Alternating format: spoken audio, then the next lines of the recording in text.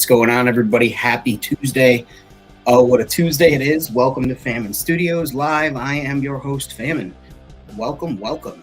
Let me know how the volume is on that music. I don't want it to be too loud, but I figured we could use the extra energy. Give us a little kick in the afternoon, evening for some of you folks. Now, I'm not sure what's going on with the countdown clock. Like I said earlier, I've got the schedule for 9 p.m. Eastern. It was showing me 9 p.m. Eastern here in the studio, but it looks like people are coming in, so let's roll with that. I apologize if you guys got here early. I'm sure Bjorn had something cooking on the barbecue grill. I know he charges $1 or $2 for hot dogs in the parking lot. It all goes into the jar for more hot dogs. So. All right, let's kick this off. Like I said, looks like Bjorn was here first, so we've got that, and then we got 375, a couple of my patrons coming in and saying hello in the strangest of all languages.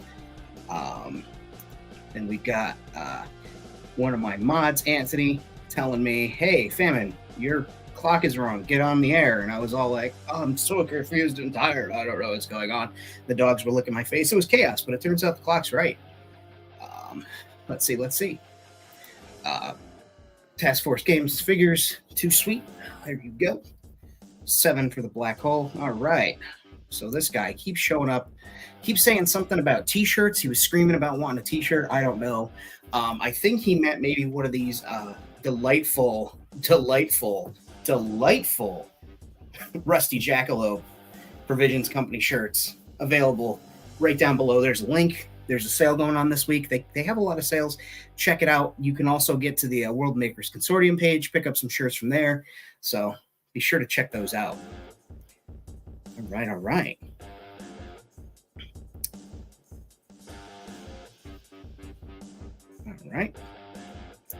Thanks, Bjorn. I wish you would stop swearing at me. But anyway, the subject de plume, wait, that's not the right word, de jour. Subject de jour is I figured we could get Dinosaur with it and paint a velociraptor that we're going to use in space. I've had this primed.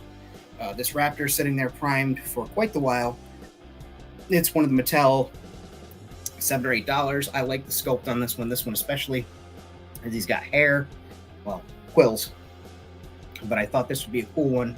We can do him up in a sort of a Western, maybe we'll look at some rattlesnakes, come up with some ideas for patterns here. But I thought that would be fun. Thought that's something we could do. I have been plugging away behind, as you guys can see. Well, you can't see that way. You can see this way. I'm a little big and orange here, so I'll leave it out of the way. But I've been plugging away and putting in all sorts of bricks and stuff. There will be more pictures up on both Instagram and Patreon. And speaking of Patreon, end of this week, you guys, your first rewards are coming out for this month.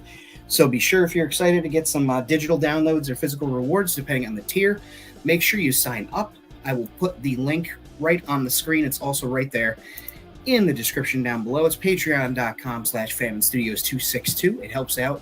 I'm very excited for you guys to see what I've got done up for you, so you can print it up. And if you get the digital tier, you can have it printed up wherever you want. Local library, my Target, they're all in the same Target. Staples, they're all in the same plaza here. Staples, Office Max, get them printed out on a shipping label, and you'll be able to cut them right out and attach them to signs all over your world. We'll actually do a stream where I'll use those, and I'll do a few different ways that you can attach these signs and, details and decals to things. One of them involves empty can. You got to be careful with that, but I'll walk you through it. You can also use card stock. You can also use index cards, old business cards. I got a whole bunch of things that we can use them for. I'm very excited for you guys to see them. So again, if you want rewards for the first month, sign up today through the 14th to be rolled in for those. So be sure to get in on that. Again, that's patreon.com/FamineStudios262. And I appreciate my patrons. So let me go ahead and, again, get that scroll going, thanking my existing patrons right now. These guys are, huge big-time supporters. Bjorn was the first one playing my 375, Lord of Fane, Task Force Wombat. I appreciate you all.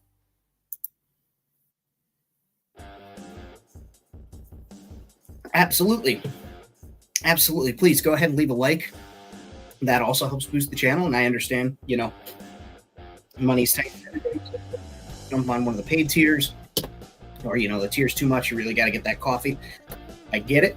You can go ahead and still subscribe for free. There is a free tier on there that helps me out and also allows me to make updates to you guys that you might not see on Instagram. It guarantees that you'll see it because it goes to you guys.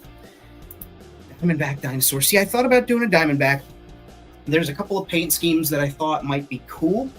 I don't know if anybody's played the game. There was an Easter egg in the logo. We'll wait a couple of minutes for some more people to hop in. If anybody caught the Easter egg in the thumbnail of this video, you might know where I'm thinking about pulling some of these designs from. But there were old Jurassic lines like Camo Extreme, from back when Hasbro had the line that had some really cool deserty designs that we could try and pull from. There's like snakes. There's a lot of stuff we could pull from. So I think we're gonna have a good time with this guy. I'm excited. This dude, in fact, I'm like 1000% sure I primed him 4 years ago during the first lockdown. I'm 1000% sure this was done during the very first lockdown where they said, hey, we're shutting everything down, which was actually, I guess yesterday was the 4-year anniversary of that. So he's been primed, moved around, put in boxes, waiting. I just needed the right, inspiration to kick me off on that. And, today we're going to get some paint on him. So I figured that'll be a fun little project for us to do.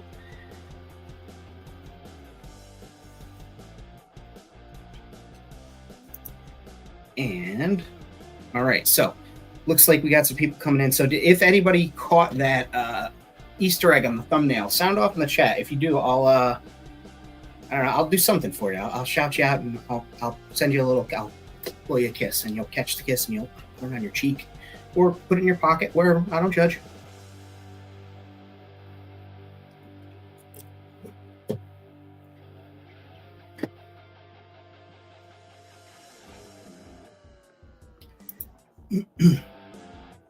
Blue, how's it going? I try not to eat zombified meat. Oh, you mean if I made one? No, I've never made a zombified dinosaur before. No, I haven't. I don't think I'll do this one as a zombified dinosaur, but never say never, because that could, come into a lot of storylines and gimmick later. There are zombies that I've made zombie figures before. You guys know I've done undead stormtroopers, and certainly not something that I will never touch. But right now, that's not something I've done. Not something that I'm looking for. Yeah, I try to say no to zombie meat. You're right. You don't know where it's been. It's made up of a dead thing, but you don't know what other dead things it ate, and then it's...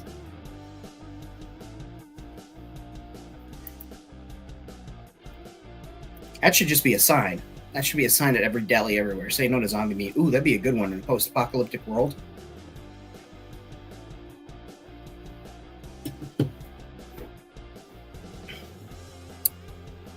Those people that do... I'm sure Anthony, he might know, and I'm sure if Toy Domination was here, he would know. But people who do those writing prompts, where it's like, here's a 5-word writing prompt, write a 2,000-word story off of it. Say no to zombie meat. In quotations, that'd be a great prompt for a short story. Dinosaur skeletons floating around Goodwill. You should get them from Goodwill. And you should get those from Goodwill. And actually, they make a fantastic trophy. You can use them as like wall-mounted trophies. I have one of those tubes. Bjorn knows what I'm talking about, the TOOB. When I get them, once I do a review, I'll include a link. I'll probably put the link on Instagram or whatever. But they have headfuls of, or heads, different zombie dinosaur scale heads. Of skeleton heads, skulls, there's the words that I'm looking for, that you can use. And I've actually got a Triceratops skull from a Halloween decoration. At Halloween when they turn everything into a fucking skeleton, including like an octopus and a spider. They have bones all of a sudden. Oh, I cobbled that off, popped the head off, and I went ahead and painted it up to look like bone. There's pictures of it over on Instagram. Let's see here. Zombie corpse train bits in the grill. There you go. Say no to the zombie hot dog. Yeah, it's certainly not the hot dog that you want. Oh, I'm not talking. No, I don't use AI either. I mean the writing prompts where, like, literally you say to a group of writers, okay, today's prompt idea is write the world's saddest story in under 10 words. And somebody will be like, pair of baby shoes, brand new, never worn, and it's supposed to be the saddest thing in the world and imply that the baby did, like, shit like that. So again, say no to zombie meat. You could write a whole story off of that. But yeah, I don't mean, that's, oh man, it kills me when things like the phrase prompt gets co-opted by like AI and stuff, but it's the world we live in. I'm fighting against it. I push back. I want writers to be compensated, authors to be compensated, artists to be compensated when it comes to the use of their work for AI. Neither here nor there. But yeah. So when I say writing prompt, I mean things like that. Or they have dice. I've seen dice sets where it's like, you roll 3 or 4 dice and there's, 6 words on each die and it gives you an idea of a sentence, or like one die is a character, the next one's the location, the next one's the time, and the last one's the length of the story, and you roll. So prompts like that as well. But we're not here to talk about writing right now. We're here to get some damn paint on this dinosaur. So we're going to go ahead and do that. He is primed with black Montana Gold spray paint. I remember getting to the art store right before lockdown, day before, and I scooped up a couple of cans of paint because I was like, oh, I'll have some projects to do if they actually do this lockdown thing, blah, blah, blah. So this was one of the first things I did. I spray painted it and I let it dry in my aunt's basement. And since then, I've just gone over and touched it up a couple of times with black craft paint. Dumpster babies, look at that. See, we got dumpster babies in the chat already.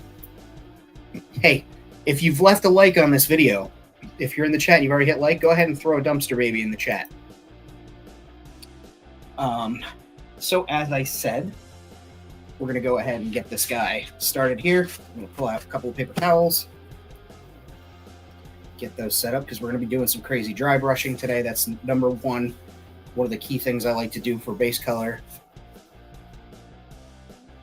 And let me move this here, just an order of shirts from different supporters of the channel and collecting. Let's just get those out of the way. They came in the mail. I didn't want to show those off yet. Thursday I will be. Look at that. We got dumpster babies everywhere. They're all over the place. Oh, we got another one coming in the chat. All right. This is going to get demonetized soon. I will be on Toy Domination on Thursday. I'm going to be helping Dom out, try and run the show, keep these clowns under control. We're going to be having some other folks on there. I will be sure to shout that out at the end of the program. Make sure that you guys are aware. But let's get this going. Bjorn has got a dumpster baby too. My man just straight up said dumpster baby. This guy's eating the baby. It's trash baby. He's eating a trash panda. There's a raccoon in there. I don't know what's going on. It's crazy. We're going wild. But yeah, so we're going to start dry brushing just a base light color. And then while that dry brushing dries, in which you guys know dry brushing does dry pretty quick, but we want to give it a little time to sit there. Let's do a light, gentle base coat of, let's see, I've got linen, got antique white. I think antique white's not the way to go, though. I'm going to lean towards linen. We'll put a little bit on there on the underbelly. We'll see how it looks, and we'll go from there, okay? So, tilt that down.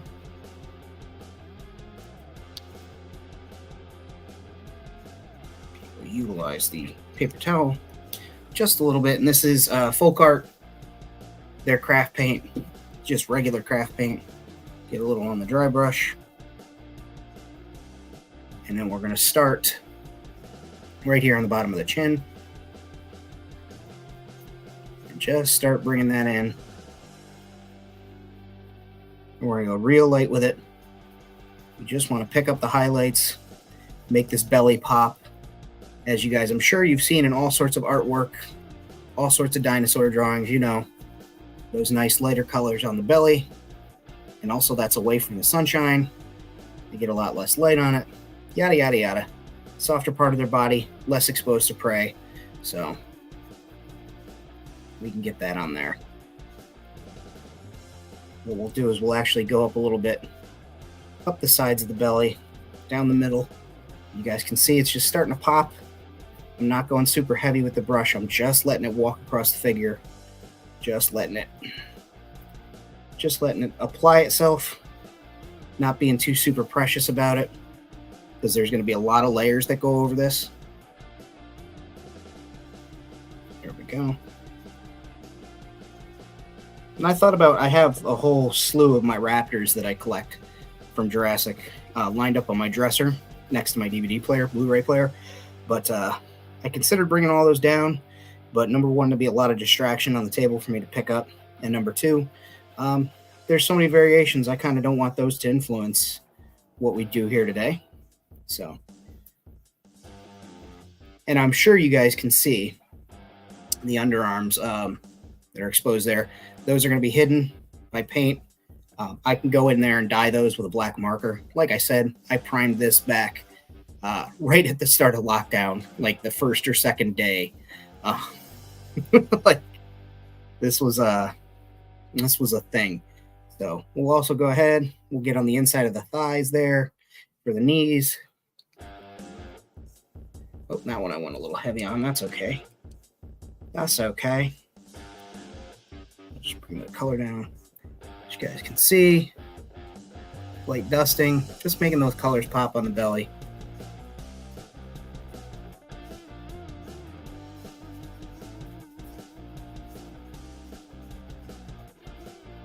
And I'm slowly, less and less paint, and I'm just letting it work itself up to the side so there's a gradual gradient that goes up.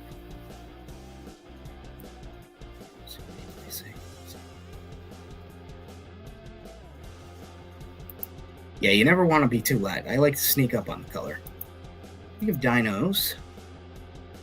Buy the Jurassic mini playset to get the baby scale beta raptor. I did. I have that.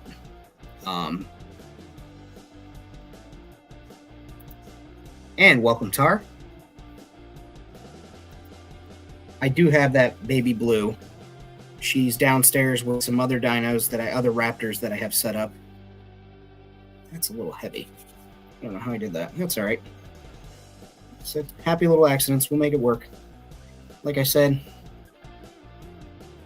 just bringing a little bit of brightness. Now I'm starting to hit the high points on the feet, on the fronts of the knees, and the shins. Just giving it a little detail and character. Hitting the high points of the feet. The feet, dinosaur feet.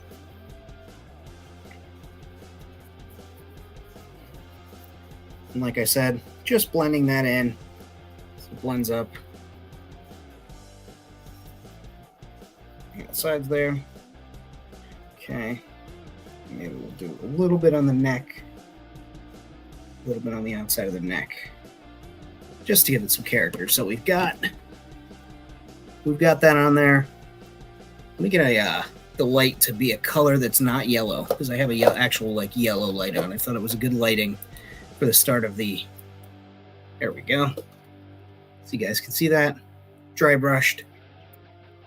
And just a little bit to pick it up, help blend it up through the body. So we're going to let that sit for a hot minute.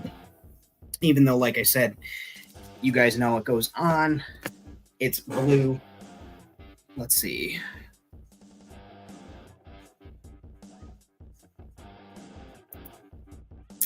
Velociraptors are the coolest dinosaur. I think they're pretty cool. They're not my favorite, but they are one of my favorites, that's for sure. Let's see. Pupper demands outies. Where did I see? David Tennant, Doctor Who. That's awesome. Is it with the long coat or the short jacket?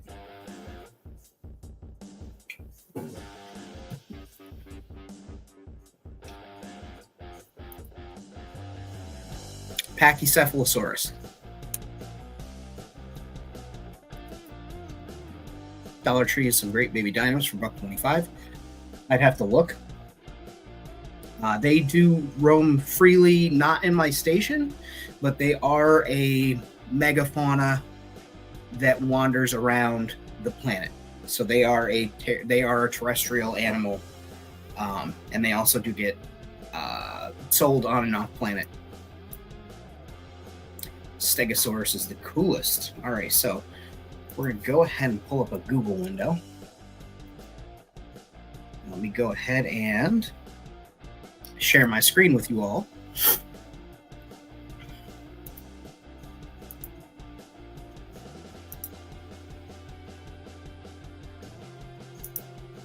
All right. So we're going to go ahead and take a look at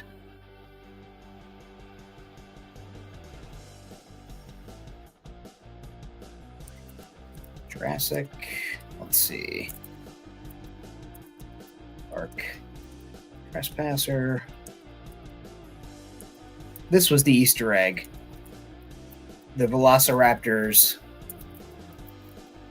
I can't type today to save my life. I type for a living too. I talk on the phone and type for a living. This was the Easter egg. I put the raptors across the bottom. So let's use the Trespasser wiki. I'm sure it's full of all sorts of advertisements and pop-ups that will annoy the dog shit out of me. Let's see here. So that's about the world's worst picture of that raptor. So we're going to go ahead and close that. So there's the brown raptor. Then there's the tiger stripes, Lost World-based raptor. I thought about maybe doing something like that. It's very traditional. But again, these guys are in space. We want to go a little bit extra. We want the rule of cool. We want these things to kind of pop. This was the one that I'm kind of leaning towards, the Tribe B. And let me know. Sound off in the chat if you guys can see that.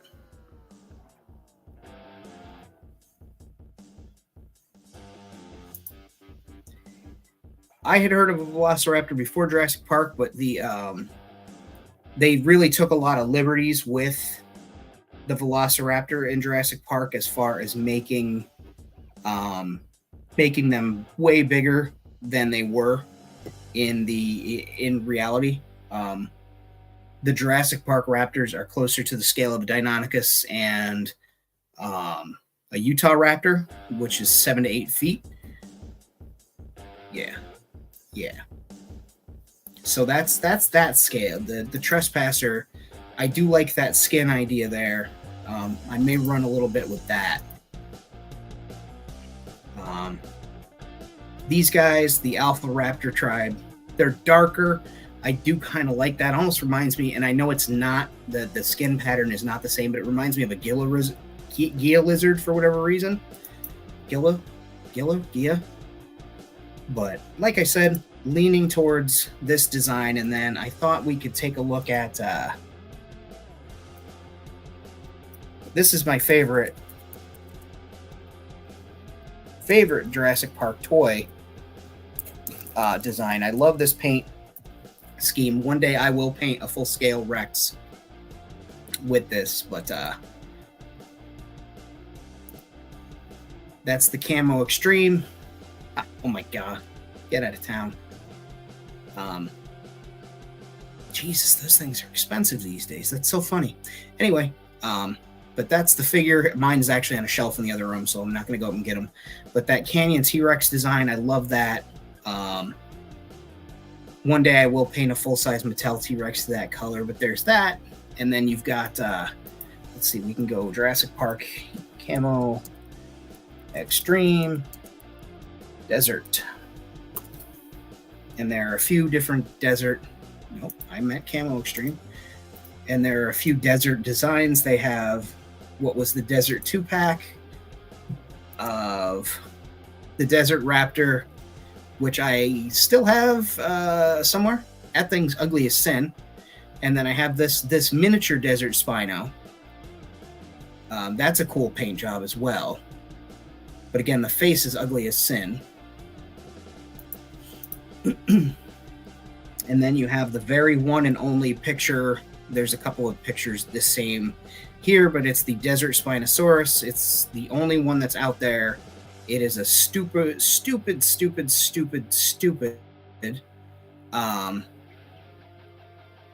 very stupid, expensive toy that the owner will not release. But that's basically your paint scheme there. You've got your browns, you've got your whites around the face, against the back of the sail. I think we could do something maybe with the white on the quills. But I do like that color gradient there as well. So those are some ideas that crossed my head. Here's, yeah, these things are ugly as hell. But there's options there. I figured we could take a look at those. But yeah, sound off in the chat. Let me know if you think, what's this one? That's the swamp set. Yeah, I remember that. They were hard to find. They were extremely rare. Again, nobody found the other one. But yeah.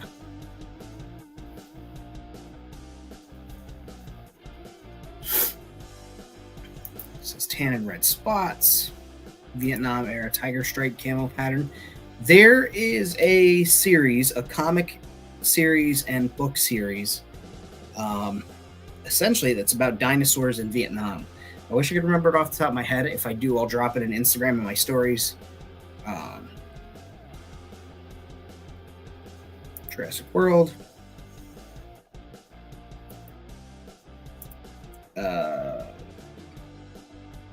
Suchomimus. Yeah. Yep. Absolutely. Mixed dinos with snake patterns. I could do that. You absolutely can do that. So many choices to paint a dinosaur. My Instagram stories are always fire. Yeah, I don't ever stop posting, so. But yeah, let's bring the camera back down here. I'm actually going to put on a little bit more dry brushing on this guy. I want to make sure that when we start layering on the colors onto him, they have that light basis to go off of, and it'll help the detail on this figure pop even more.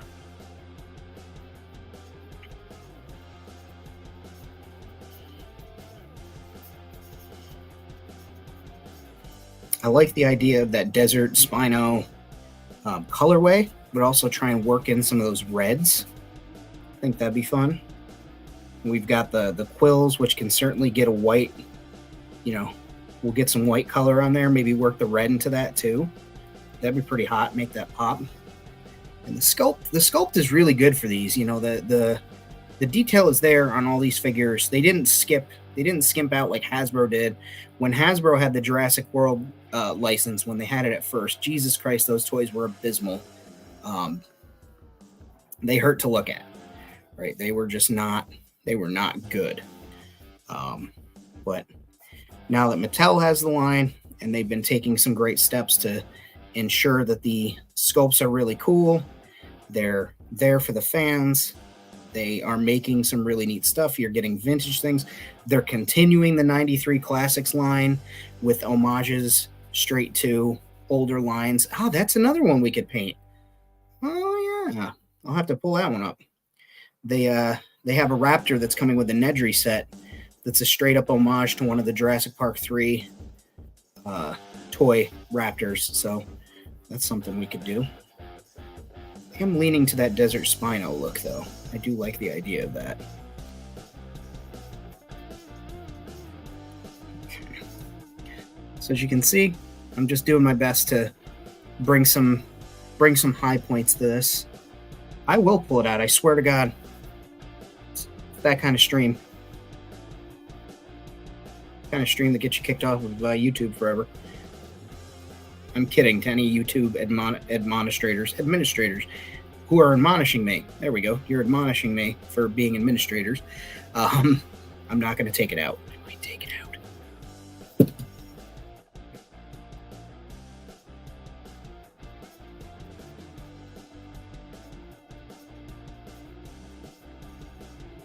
There we go.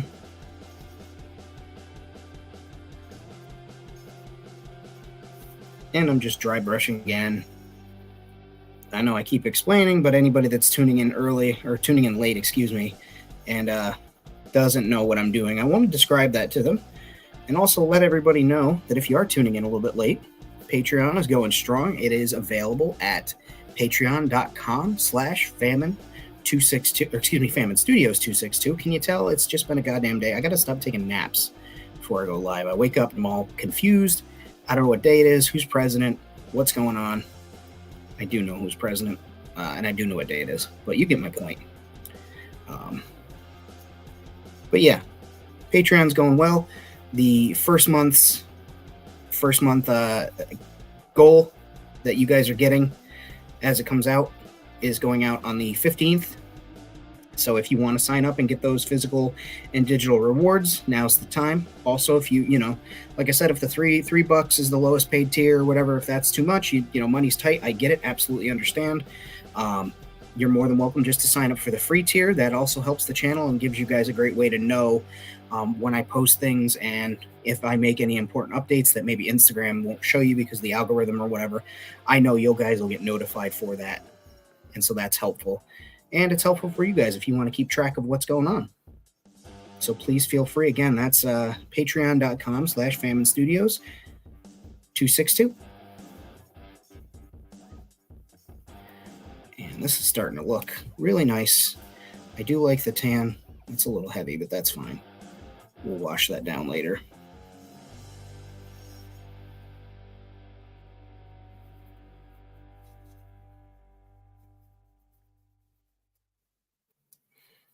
My one gripe about the designs on these is that because they utilize the ball and socket on the neck, you wind up with that little foreskin around the dinosaur's neck. Yeah, so what's the main color on Gimmick? Terracotta. Because there's a lot of terracotta soil that's rich with iron. They made Nedry jacked. And the reason that they made Nedry jacked is because back in the day, the Nedry figure that survived had big muscles, and it was a whole thing from the toy line. So that was a great homage. And also, I laughed so hard when I saw the leaked concept images. I was like, "That's great."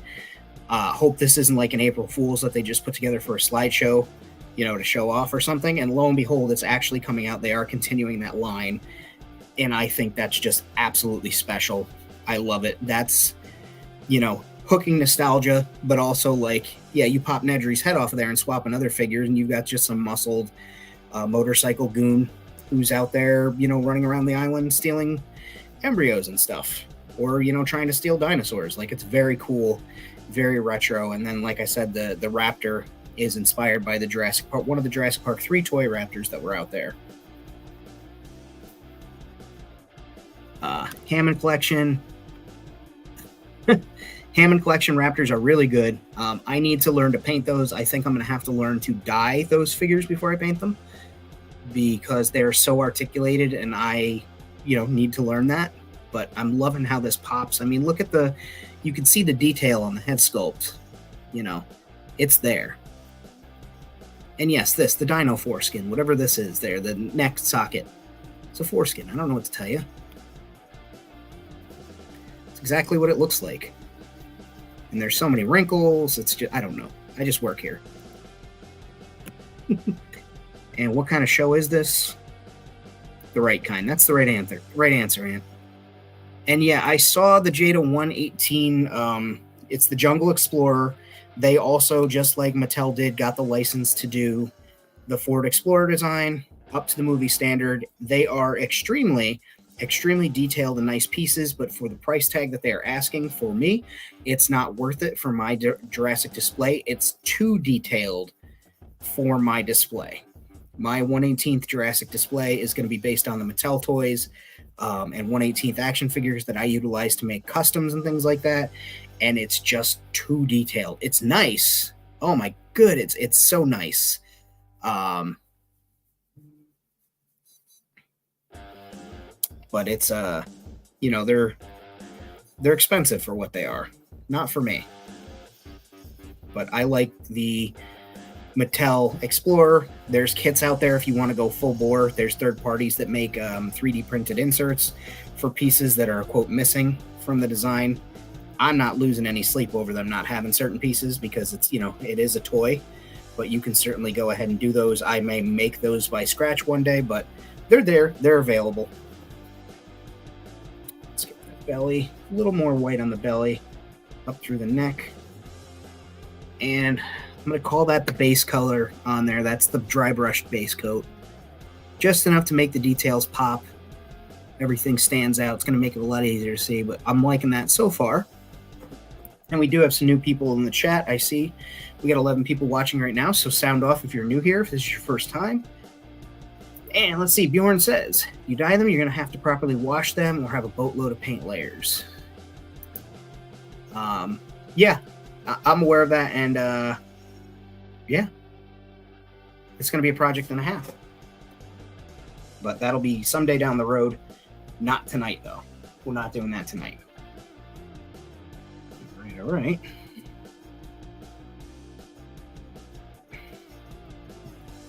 So we've got this guy here.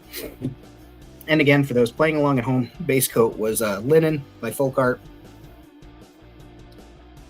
So let's get fun with it.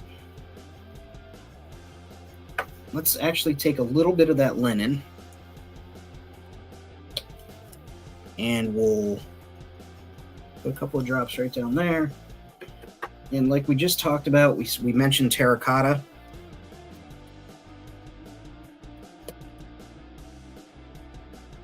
Oh no, you're fine. Gimmick Starport is just a part of the planet, right? It is literally a portion of a planet. It is a very, very large planet. It is hidden by many aspects of things. Let's see here. Let's get that mixed up. But it's hidden by many things, including there's an asteroid belt. There's, gaseous clouds and bands of certain types of radiation outside the planet. Sometimes the planet's not where it should be. So there's a lot going on there. But yes, there is a planet and they are a species, but people do bring them into the starport and wander them around. I'm actually working on a way for people to navigate their larger scale cargo like dinosaurs and maybe walking mechs into the other levels of Gimmick through a door that I've been working on. So, and right now I'm just taking this terracotta and I'm just warming up the sides of the figure. I'm kind of dry brushing a line all the way across the figure, all the way out to the tail. Again, just get a little more of that paint on there. Not too much, but I'm just basically, because we mentioned it, because there was a question about the primary color, that's a great idea to work that in, because the area around Gimmick is very much desert, right? You guys want some lore? Here's some lore. There is a lot of desert around Gimmick. It is located in the desert for defensive reasons. The temple that was there previously, the people were smart. They found a spot in the desert that they could utilize the giant rock formations that were around for defense, to protect people. They could use it offensively to keep people out if they needed to, or to strike back if there was ever an instance where they, oh, that's too much paint. If there was ever an instance where they needed to fight off intruders, and they definitely utilized the area. So out in the desert for immeasurable amounts of miles in every direction, it's just desert wasteland. Rocky outcroppings, crashed spaceships, old statues that mean nothing to any religions or anything these days, but were once, images that instruct fear into people and things, and they're just out there. It is truly a wasteland, and there are all sorts of species that navigate and live out there, and it makes you wonder what else could be living out there if a predator like velociraptors or a prey animal like triceratops, there's a lot of triceratops that live in this desert area, can find roughage and food to sustain that volume of a species. What's out there that people aren't seeing? How do these creatures survive? And that's scary, because if they can survive out there, and people and aliens can't, or they struggle, man, how tough are these damn animals? Okay. So if you take a look, we're just starting to blend up that terracotta color into the body. I'm bringing it up. I'm not going too crazy with it, but we're bringing it up a little bit just to help create that stripe. And there are areas outside, like I said, all over the planet that are not desert, but for the immediate storytelling purposes, we focus on the area of Gimmick Starport on the planet's called Consequence. I believe I've shared that before, but on this planet of Consequence, for the storytelling purposes right now, we really focus on this desert area around Gimmick because that's where a lot of the storytelling takes place, but there are people and there are desert locations. There are folks who, come from swampy areas and they will eventually make their way in. And yeah, it's very exciting stuff to me, maybe. You know what I mean? Like, I like talking about this stuff, but there's a lot of lore that I've yet to share. But there's plenty of it to come. But yes, there's a little bit for you, is that there are dinosaurs.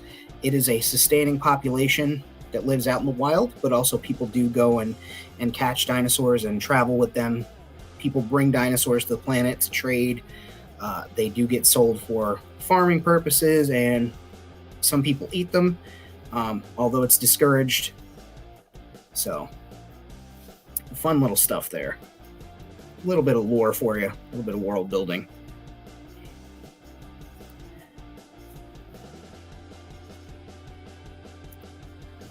I think you should absolutely do that.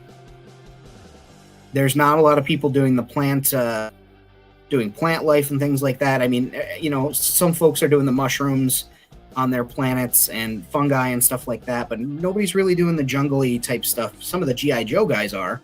That's, by nature of the G.I. Joe product, but yeah, that'd be pretty cool. Let's see.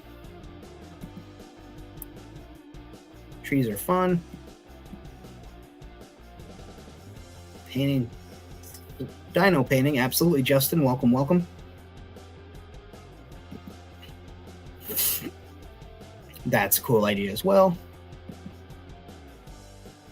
Hey, technically the Pacific Northwest is a rainforest. So, I mean, you would not be wrong. Okay. All right, so we've got this nice warming up on this guy. I like that.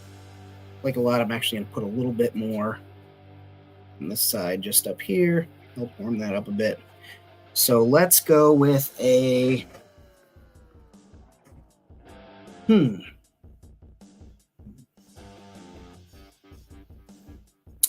Let's actually lighten up that terracotta color. Let's go back with the linen, and we'll go down this back here. We'll brighten that up a lot.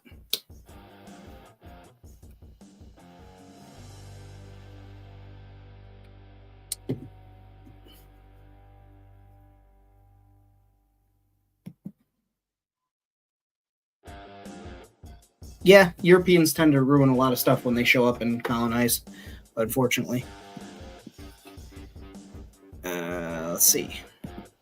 If you ever get back to your Star Wars village, that's being a jungle environment, base colors being purple, coral, and yellow. Nice. Coral! Get back in the house. All right. So, I'm taking a little bit of that terracotta, that linen. Blending it with that terracotta mix we made. And now I'm just going over the top. And I'm just following the back of the dinosaur.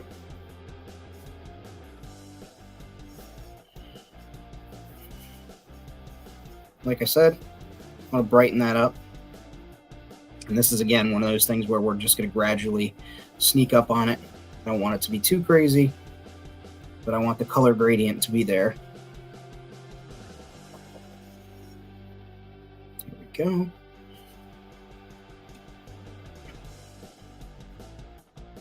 And I'm just allowing this to pick up a little of the pigment from the paper towel to help add to that color. So it lets us move in on this like we are right now. And it's starting to give this guy a bit of just a gradient of that light into the terracotta and then back up to the lighter. Still a little bit of terracotta in there.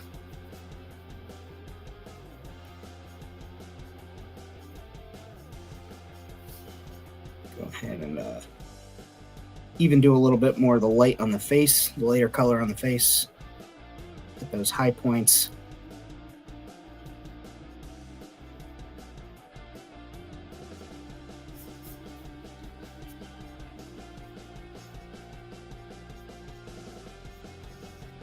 And this tail has so much sculpted detail in it. This tail has detail. Detail. And I just want to make sure that we highlight some of that. There we go. Okay.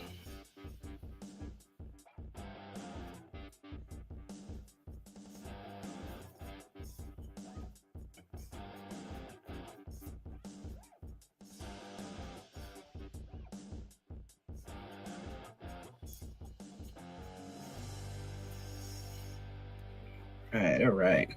So now I want to get a little bit of I think we'll do a little bit of a red blushing around the throat and chest, kind of like a bird. Just, you know, experimenting with colors. I think we can do that. I'm not even going to clean this brush. If any of this terracotta or this linen color pigment picks up, that's fine. We're going to switch paints, though. I do want to use some model paints, a little higher end.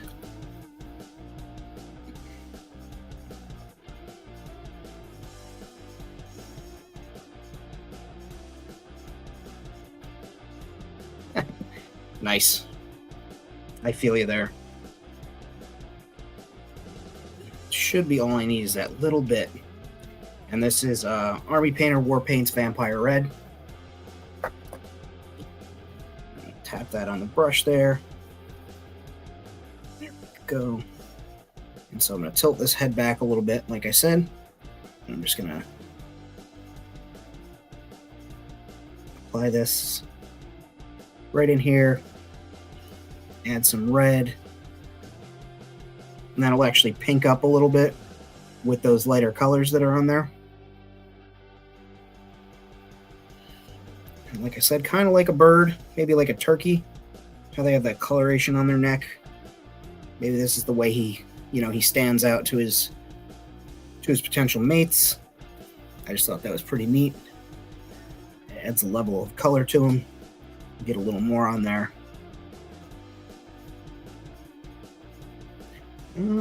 I think we can go a little bit darker. We can go a little bit darker, a little bit heavier, I should say. Okay. Bjorn is going to use the creek area on his property to outside areas for his outpost. Some friends like Chewie.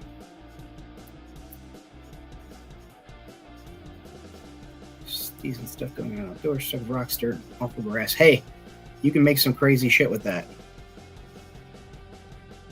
That'd be great for carrying situation. Darker towards the ridge of the top of the head or the chest.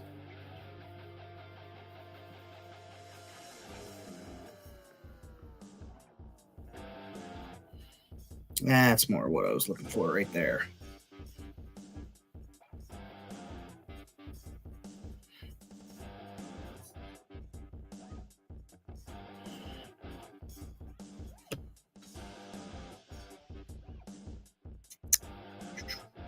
Chest, crest. Oh, towards the top.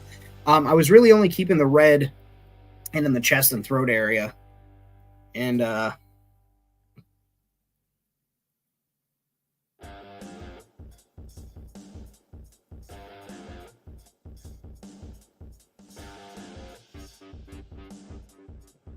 sorry, harassing other We'll get them in here to visit. That's what you mean. Oh, okay. Yeah. Yeah, I just think that'll be cool. Just like a, like a turkey or something. 6-foot turkey.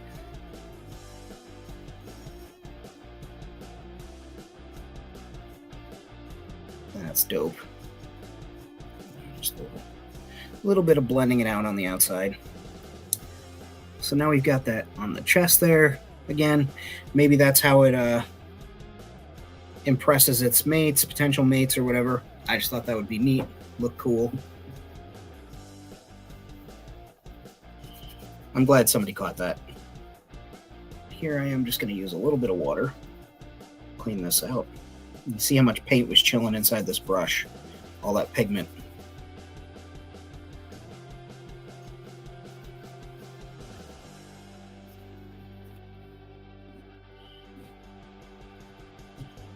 Go. And then we'll do like we always do. We'll just fold that over. And now I've got a whole new dry brush. So let's go to a brown. We're going to do a little bit of a desert brown from here to about here. Yeah. So we want more of a, let's see, which browns do we have? We'll go with the saddle brown. That's a little bit lighter of a color. So use the saddle brown here.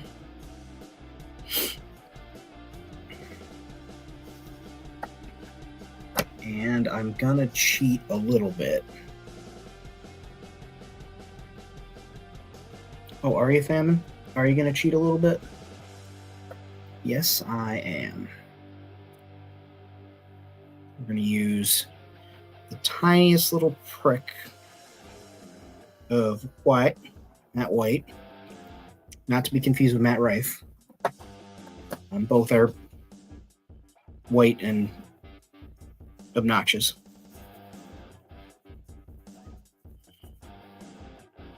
Okay. Yes, a whole bunch of them will have saddles. Jesus Christ, can you tell? Can you tell I'm having a Tuesday? So we're going to start on the top of the head. Add that brown in. Hit the front of that nose a little bit. Get the ridges over the eyes.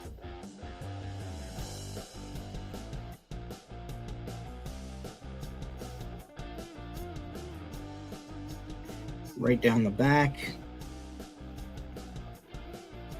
Yeah. We may have to do a couple of passes with this brown, but I do like the effect that it's having with the other paint, the color that it's having. Poison tree. I actually have plans to do for the jungle, closer to the poison dart tree frog colorway. But that is a good idea. I have some velociraptors. One of them is looks like an iguana, and I may do a few more that are more like inspired by Darwin's studies of critters out on the Galapagos Islands, especially the iguanas out there. I think those are some of the most fascinating and beautiful animals out there, are the iguanas that are on the Galapagos. The tortoises as well. I just didn't understand how much variety visually there were of those until I started looking into those and researching them, and they're just fascinating animals. Okay, nice. Hey, there he is.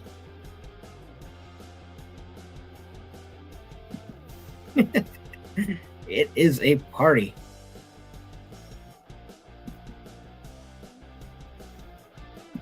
You should pick up some dinos. They're cheap at Target right now. There's a lot on clearance. See, that's what happens. Sir, please do not ride the dinosaurs bareback that way.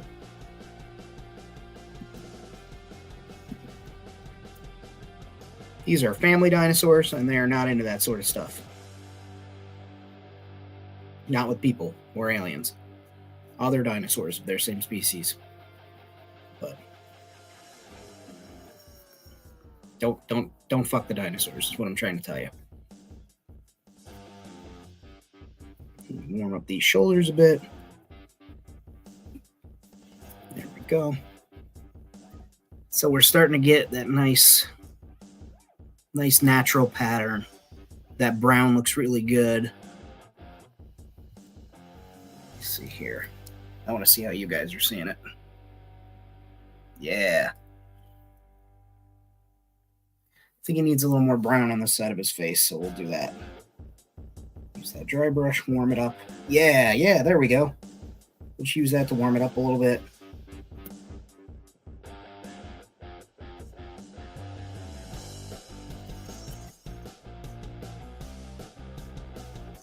So let's work on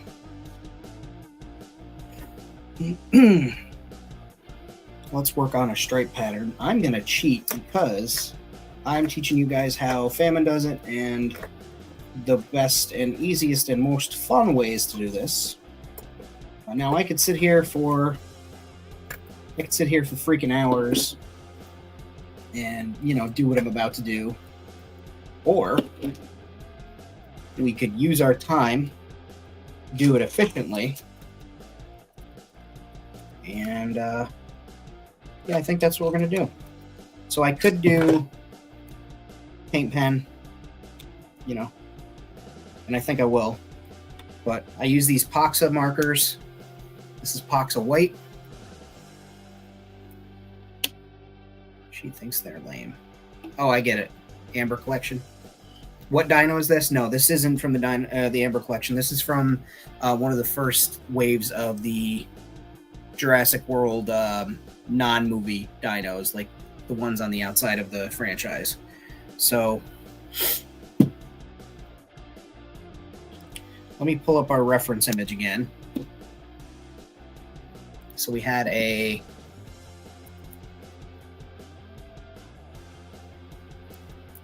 we pulled up a Camo Extreme Desert Spino that I was inspired by. Oh, poor Snowflake out in the hallway making all sorts of noise.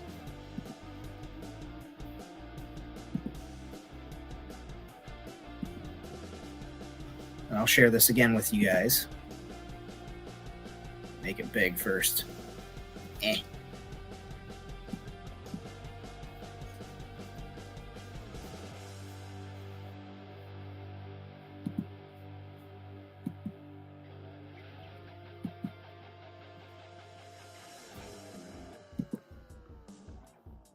Right. Yeah, Bjorn, I saw that, and it looks like he may have said some strange things to certain people. But yeah, here's the Camo Extreme Dino. So I like that for inspiration. And then we also had the, let me pull that other design up. We also had the Jurassic Park Trespasser, B-Tribe, Raptor. Oh, here's somebody's deviant. Oh, well, I guess we'll just use the game art. I mean, if we're going to be true, we're not being true to the design, but we're going to borrow this design. Let's not go for off some. That's not the right one. Can you tell that it's a Tuesday, boys and girls and children of all ages and everybody in between? So I like the red. I'm going to use that red. And I like this Desert Spino design. So let's use the white brush on the face, and also we'll use it on the quills. So let's take care of the face right now, get that out of the way. So let's close that up. All right, let's be generous. Let's show that off. That's a really cool drawing that this person did. Digital painting, it looks like. They did a very good job. So if you guys are on DeviantArt or anything like that, go ahead and give this person a follow. Nico Rex is their name. Nico Rex. All right.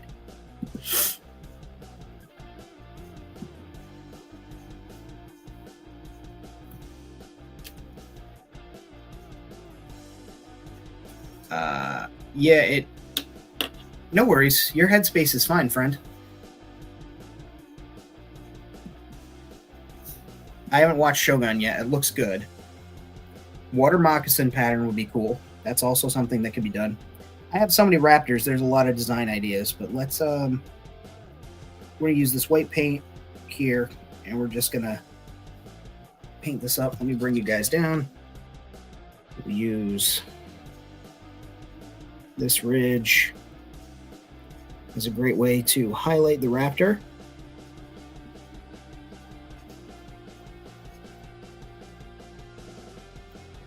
Again.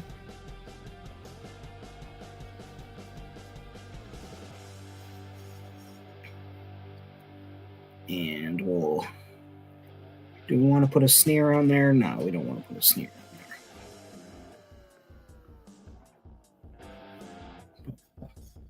We'll lay a second line of this in here.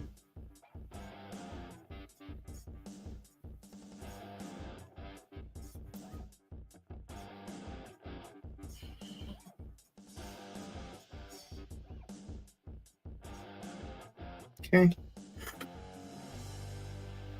And that's on there. And that white line goes right underneath the nostril. I think that's cool. Copy that to this side.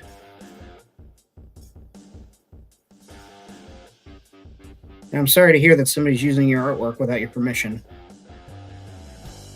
There's a lot of that going around, unfortunately. Not that it makes it any bit of okay whatsoever.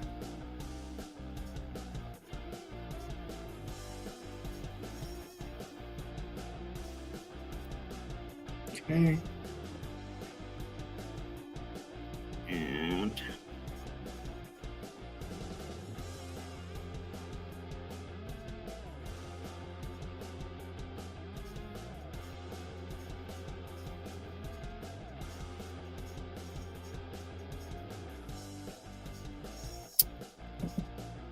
oh. So somebody got a tattoo of, like, say, one of your designs and didn't request permission or anything first?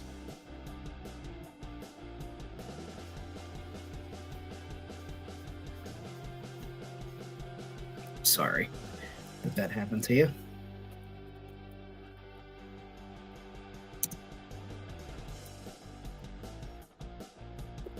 On the one side, it's like, yeah, that's flattering. And on the flip side, it's like, hey, you know, you could have asked. Like, why didn't you ask?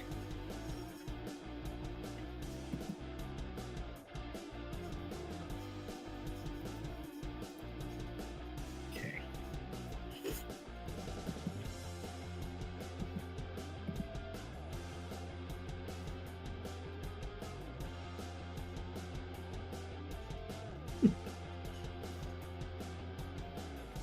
All right, and so what we're going to do actually with this white is we're going to use this on the tail.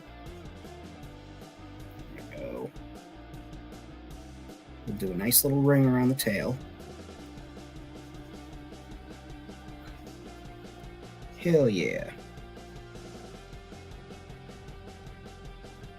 Okay. And then we will use it. Let's get some more white paint flowing through this pen. There we go. Just want to make sure that that's flowing through there.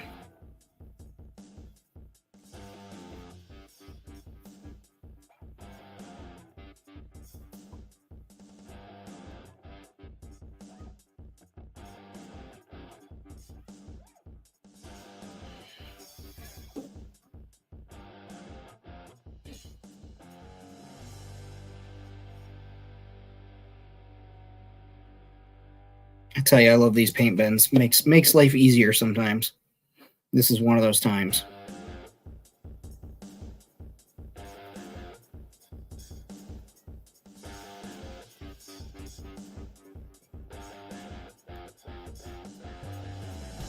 I hear you, Miss Snowflake. Yeah. Just like, if you hear me, why aren't you jumping up and running over and unlocking this door for me, sir?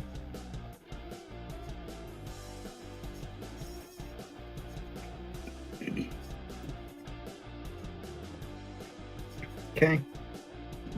So you've got that sweet white tip of the tail on there. Got that white on here. We'll do the white on the hair last. On that crest there. I have some ideas for that, but also going to put a, because I can, just a little bit of white there.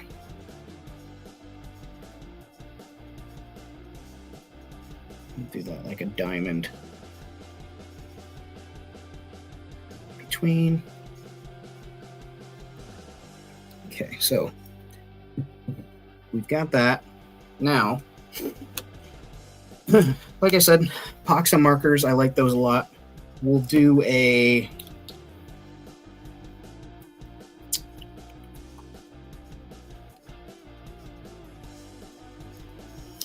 let's do a black line. Thinking we'll do a black line from right here down along the body on both sides, and then we'll come in and hit that with some red. And I'll also, actually, we'll start with the legs. Let's start, well, yeah, all right, I know what I'm gonna do. All right, check it. So using this Poxa marker, because it provides it's got a nice ink flow to it, makes my life a little bit easier.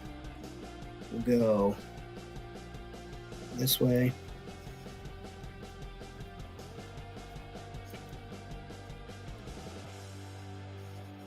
Paint some streaks, some stripes.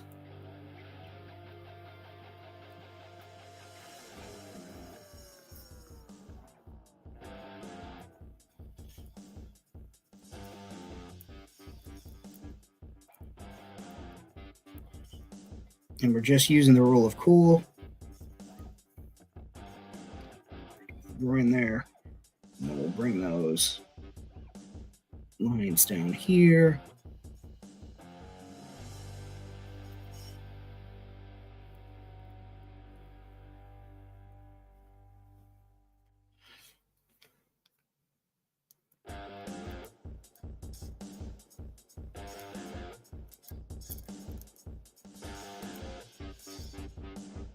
And I'm just kind of letting the navigation, the topography of the cracks and crevices control where this line goes. And it's going to go right down to the white and then connect with it and just kind of fade into it. So we've got that line on there. Hey, Tar, you have a great night, and thank you so much for coming along. Appreciate it. Appreciate it. I do not have an affiliate link for those markers. However, I can grab one and put it up there. Just bear with me here. Let me get this other side done. Normally when I'm doing this type of rule of cool stuff where I'm mirroring the other side, I do work with a mirror. But since I'm not right now, I'm just going to kind of look back and forth on the critter and kind of mimic what I remember, what I see. Take that right to there. Cool, cool. That part's done. And then these guys, it's just down the front of the leggy. Doesn't need to be an exact copy. Okay, that's back up there. And then we just take that up.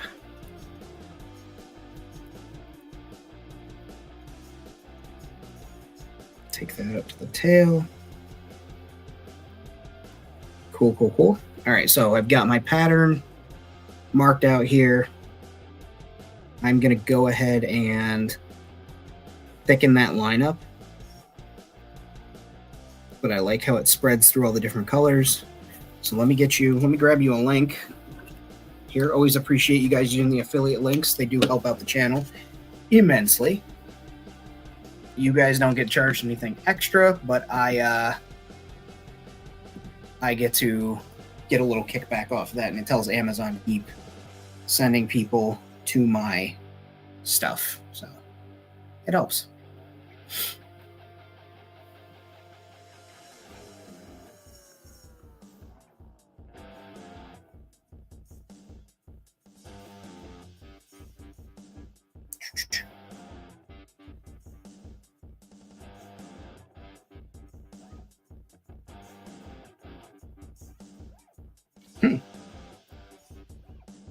There we go.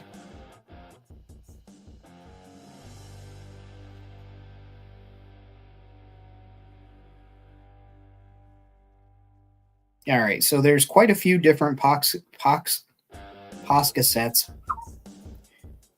Here we go. This is a good deal. Essentially, I've been buying mine a la carte for years, so I just buy them and swap them. But this set seems pretty much like a good set, good value, different variety. I'll go ahead and copy this link. That's not what I want to do.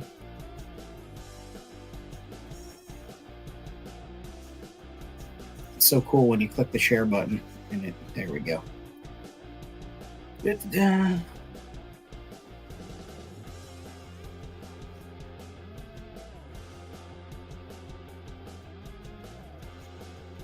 And you guys want this link, I'm going to drop it right here in the link in the chat.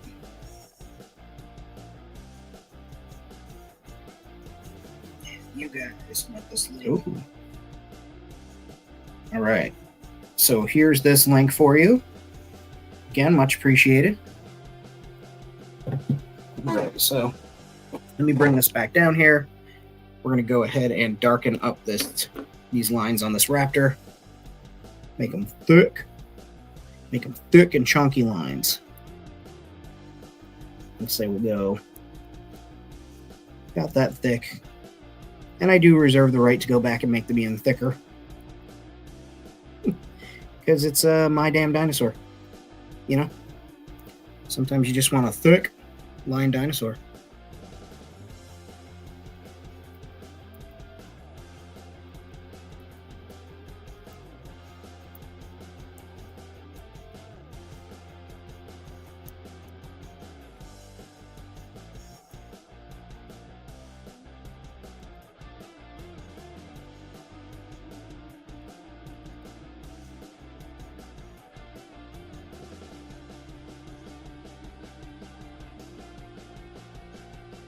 And yes, I could do this with a brush. You guys have seen me. You could essentially thin down your black paint, use a detail brush, and let the brush kind of dictate where the paint goes. And I may come and drag some of these tips down with some paint on a brush in a little bit, but for now, I kind of like the cartoony toy vibes that this has. Definitely something I love. Let Snowflake in because she's making a lot of racket out there. 1 second, folks. Dino Centaur. No, that sounds terrifying. Stay sit. Stay sit. Doggos. Stay sit. Come on. Come on in. I don't want to hear no more noise. Miss Lady. Hi. Come here. Right. All right. Come here, Snowflake. Come here. I said Snowflake. That's Mama Rosie. Yeah, you trying to be the camera hog. Huh. Huh. Hi, Snowflake. Come on over. You're bigger than these dogs are. No, she's going to go exploring. Okay. So we're doing a thickening of these cool lines.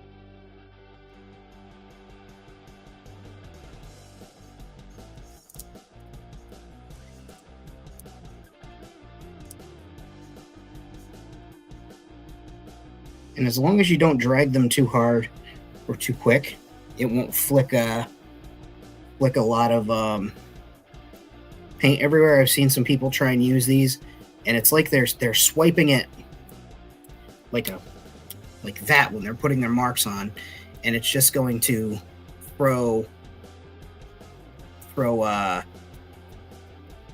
paint splatters everywhere.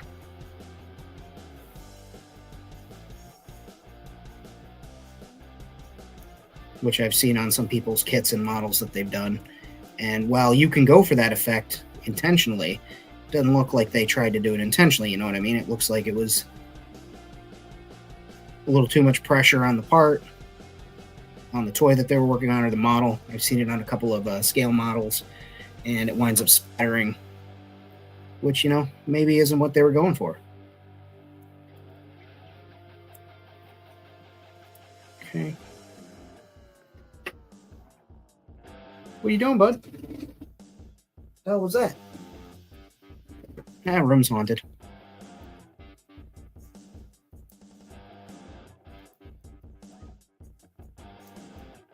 Okay.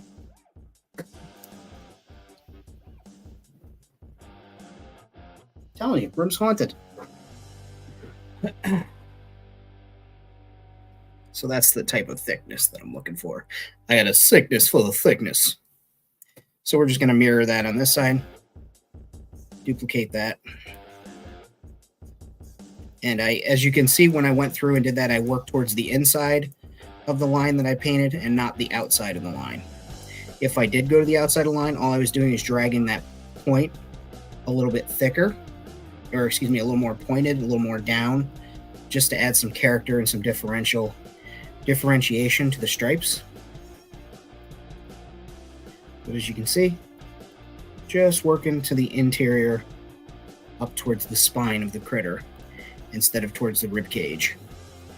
For those playing along at home who want to learn how to do this, or like my design and decide that they want to come up with something similar, or just want to try and learn how to put stripes on things, great way to do it.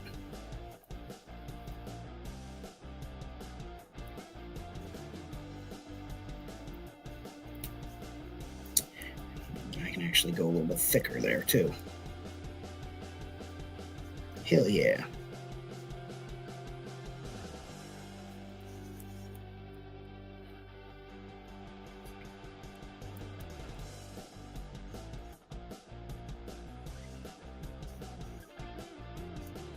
And the same goes for the leg. I'm going to the inside of the design and not to the outside. I am making some of these tips a little bit more pointed, detailed to the exterior, but I'm trying to stay inside the lines, if that makes sense.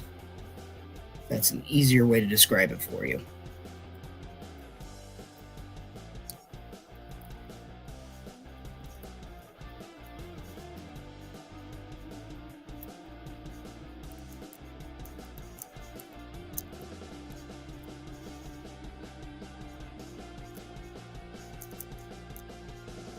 Oops.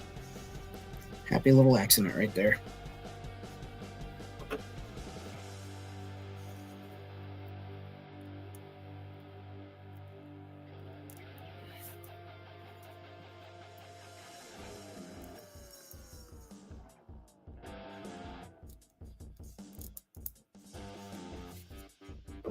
Okay.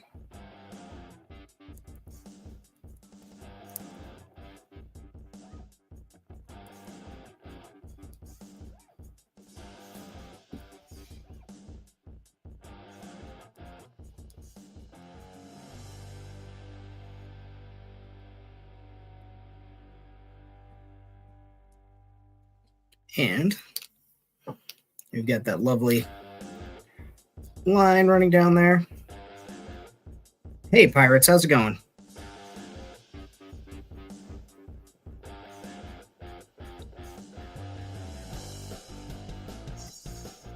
So we've got that line on there.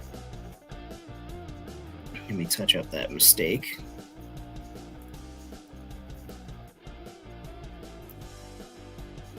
So I'm really digging that. I think it needs something more.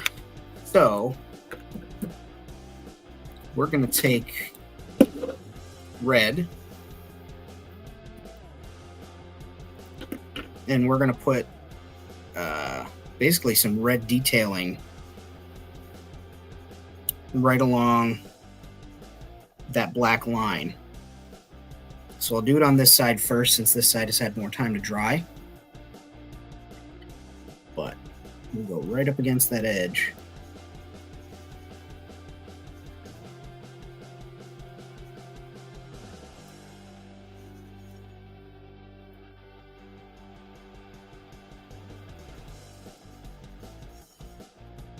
And follow it.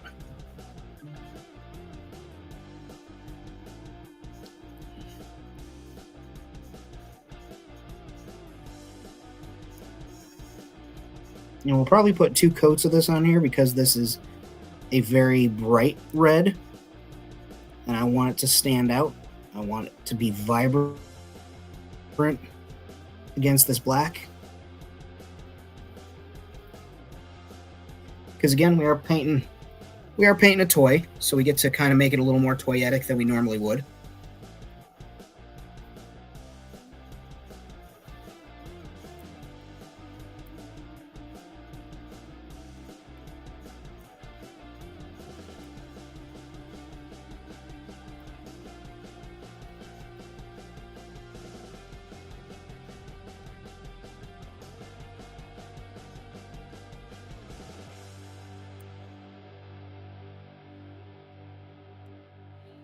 Now, some of these longer peaks will actually let the red go down towards it, almost like the red is mimicking the pattern of the drips down into the design.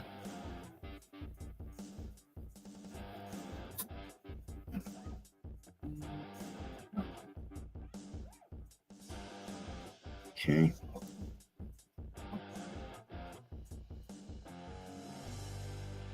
And again, I'm just walking. You see I'm using this ring finger on this hand to steady against the dinosaur.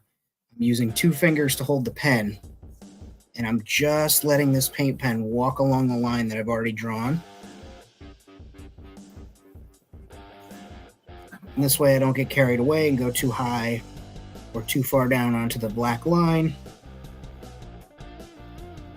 like I did just there. And just let that walk to the end. And like I said, we'll go back over that. I actually may take a paintbrush and go back over that red because it's looking a little pink on my end. I think that's just the red itself. 3 dogs are over there playing, and it's chaos. So we'll go back over this one more time with this, just to see how it looks. I do think I'll have to take a brush to that with some red, but this gives us a great layout of where that paint's gonna go, and then I don't have to worry about it not showing through because it'll already have 2 layers of red paint on it. Okay.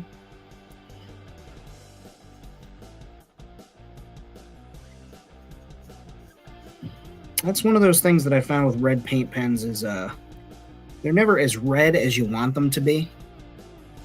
And I don't know if maybe that's just how I see the color red or my expectations for the color red. But man, paint dry pretty quick. Yes, it does. These paint pens dry fairly fast. And like 375 says, as long as you're not, slopping it on in thick gobs, dries up pretty quick.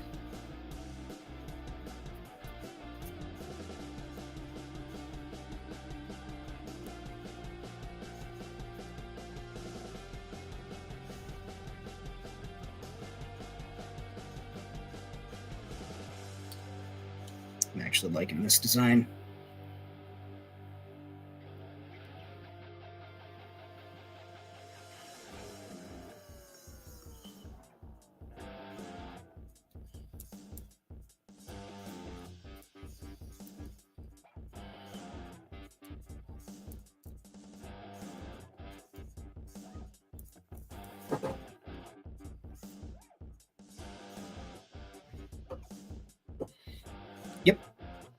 Glosses do dry slow AF.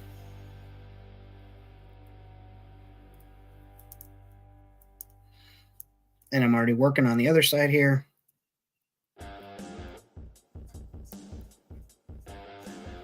Snowflake. Yeah, I didn't think you'd like that.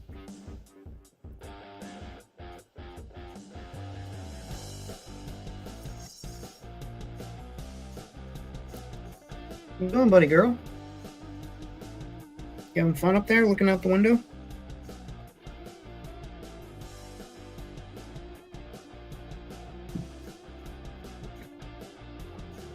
Big girl. Now you're going to come be on camera? Hi. There's a tail. There's a snowflake. Hi. See, subscribe to Patreon, and I get treats. Everybody gets treats.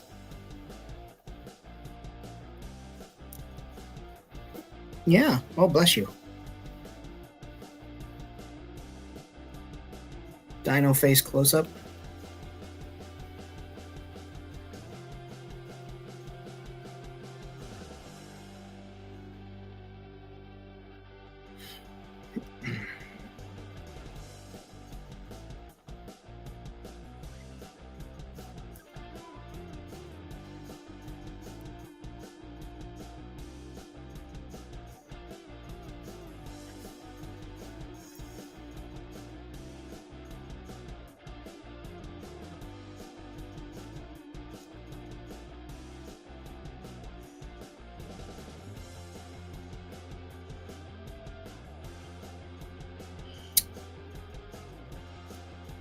And now I'm getting done with the first pass of red on this guy on this side. Like I said, I'll go over it one more time with the marker just to make sure that that's layered on there, and then we're going to grab that red. We'll grab a different red, and we'll just follow that with a fine tip brush, and that will make sure that this is on there really good and make that line pop a little bit more, which is what I want. But I'm liking the idea there. Just need to cat face when she comes back over. If she wants to be on camera, I'll scoop her up and we'll see if she'll let Dad put her on TV. I miss Meow Meow. Some days she just wants to get up here so she can climb and try and get into Gimmick.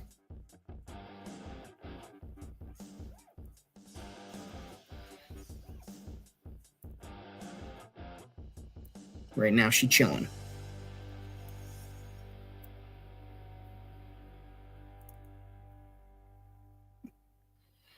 Yeah, this red paint is more like a pink. Especially with the lighter color under it. Which is fine, again, because we're going to utilize this as a path to brush on some other paint. But would be cooler if the red was more red. But hey, we doing it, baby.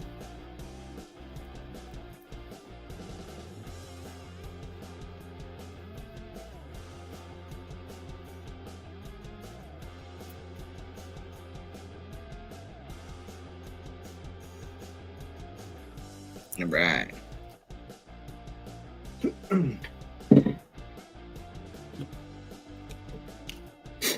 So put that away. We'll grab this red. We're going to go ahead with Vallejo Model Air red, and it's their RLM 23. And we'll go ahead and we'll use one of our Army Painters characters brushes. You ever see that hoodie hack for cats?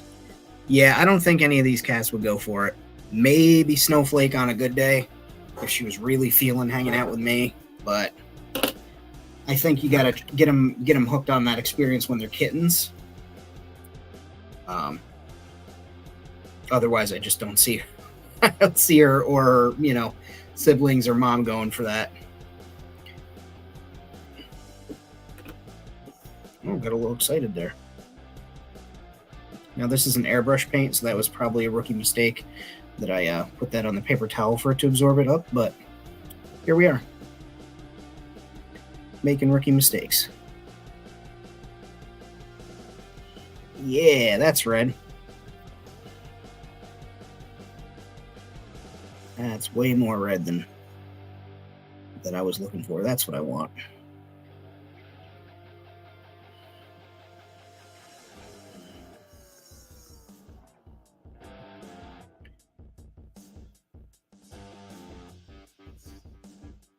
Hi, baby.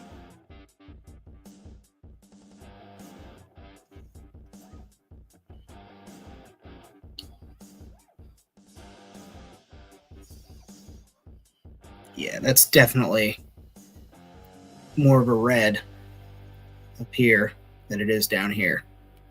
So that's what we want. That's what I was going for.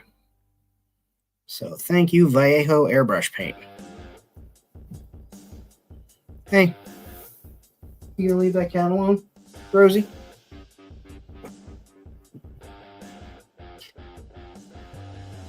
What the heck?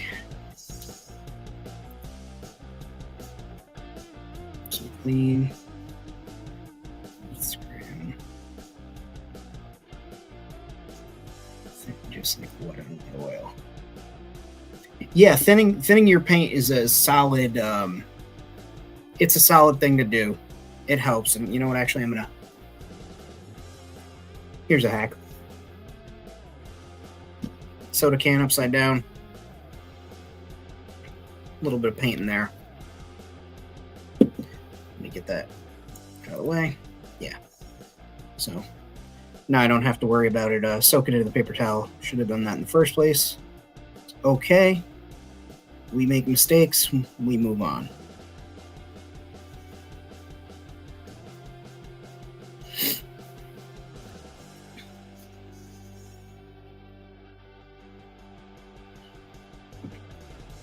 Interesting. Yeah.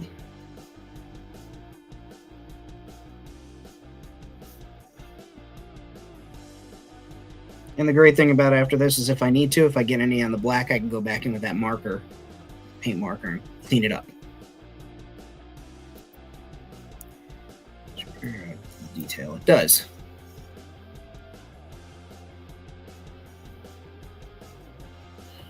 Understand this. Give me a second.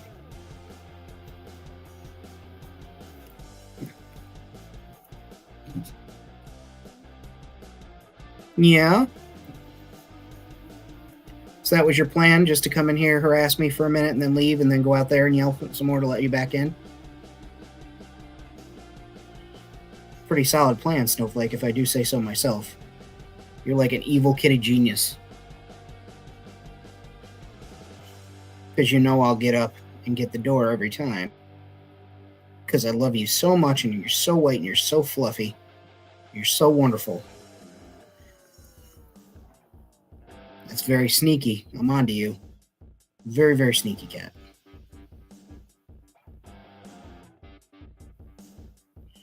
She's like, you know what you signed up for, Father?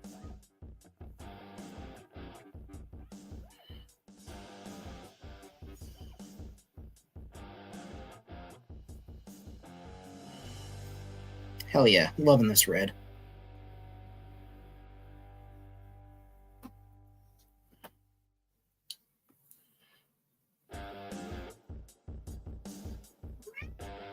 Yeah, I hear you. I'm just choosing not to acknowledge your desire for me to open that door. So that you can just go out there and then scream some more in a minute. Hey, thank you so much. I appreciate you being here, 375.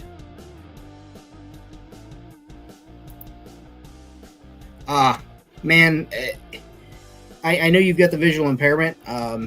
I wear glasses. Mine is nowhere near as much. However, I constantly struggle not having enough light.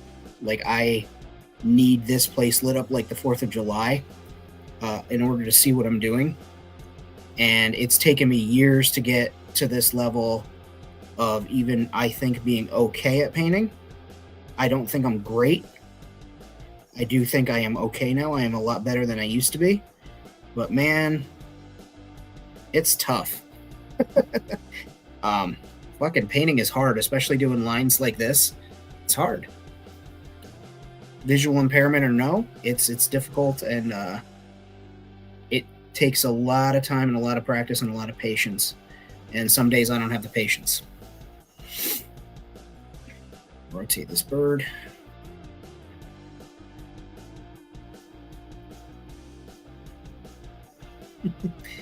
Thank you, Justin. It does look like a 6-foot turkey.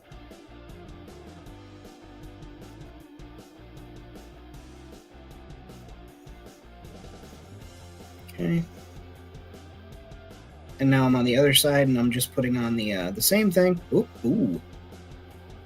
I have to go back with the marker and touch that up, the black marker. But yeah, following the same line, same path that I did on the other side, and just getting in here, getting that paint on, copying the steps that I've already done with the red paint pen so that this looks nice and tidy. And every so often you'll see me here, I'm like kind of re-pinching the profile of the paintbrush. And that's because once it gets so loaded up with pigment and paint that it starts to kind of become heavy. And so I wipe the paint out of it, I go back in, I reload it back up with paint after I've, made it into a tip, and I just proceed that way.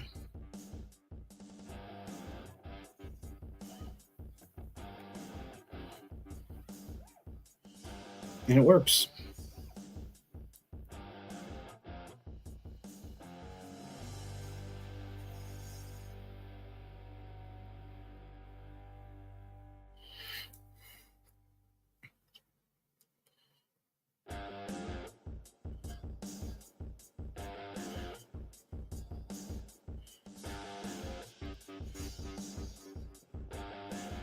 And I do think that we're closing in on the end of this guy. I do see the end in sight. I could go, in theory, I could paint this dude for hours and just keep working on little tiny details, focusing on certain areas, doing exceptionally finer and finer washes, finer and finer paint work. But it is a toy, number one. And number two, it is meant for play. And number three is I want it to blend in with the other toys that maybe I only do a dry brush on or a wash on. So we won't go too heavy on it, but there is on my channel, on my Instagram, when I did the JP3 female raptor. And that one I spent a lot of time on. You can see her, and you can see the level of detail that I put in on her. That was fun. Let's see here. I feel like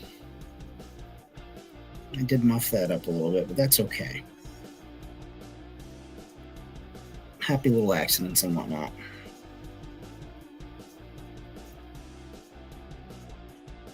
Okay. So we got that on there, got that down. Now I think I want to put some red on the face. No, I don't want to. No, I don't want to put red on the face because there's already red on the throat, and I think that's a really cool juxtaposition. So what I will put on the face instead, first thing I'll do is I'll get that red paint out of that brush.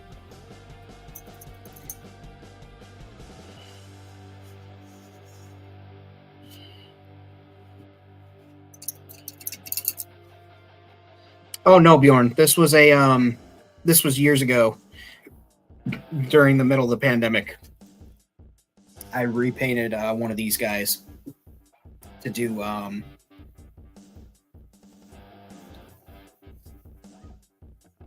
to paint that guy up.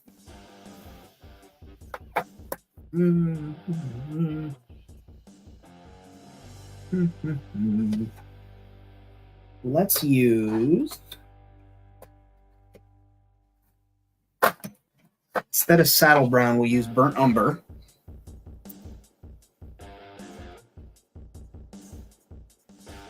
Just a little of it there. And I want to put, let's see here, wet that a little bit. I'm going to use that burnt umber. And this one I'm going to have to do extremely close to my face, so I apologize if you guys don't get to see this up close, but I guess you'll get to see me lean in like a golem here. Or lean in like Gollum, I should say. I want to put some brown. Just a good line underneath the eyeball. Like it's mascara. Almost. You know, he's out in the desert. Naturally, they developed a little bit of a protection under the eye from the sunshine, and that dark brown just gives a little something extra in the wrinkles that are there.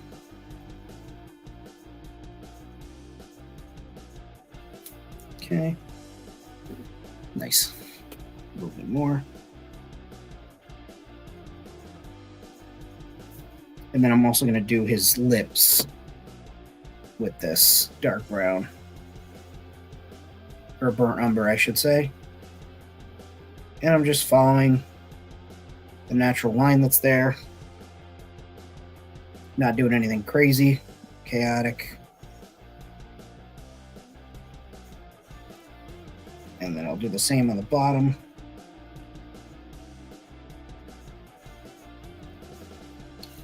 And it's like super, it's not super visible. And now I'm taking my dry brush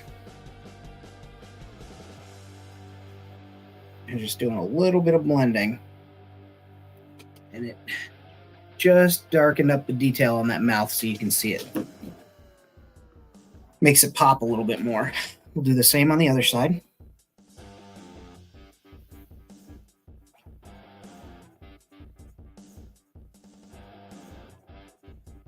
Like I said, just faint. Follow the lines in the mouth. Same at the bottom. I'm taking that dry brush. Just doing a little bit of blending. Just darkened it up enough. Throw some differential on there. And what the hell? We'll do a little bit of brown on the snout, in that, not even the snout, the where the nasal passages would be. And again, just use that dry brush. Adds a little bit of layering to the color. Otherwise, it's something that you maybe wouldn't notice, but I notice, therefore I do it. Here we go. Right. Cool. So let's see. Yep, his teeth are going to need some work. So let's get a nice yellow. Well,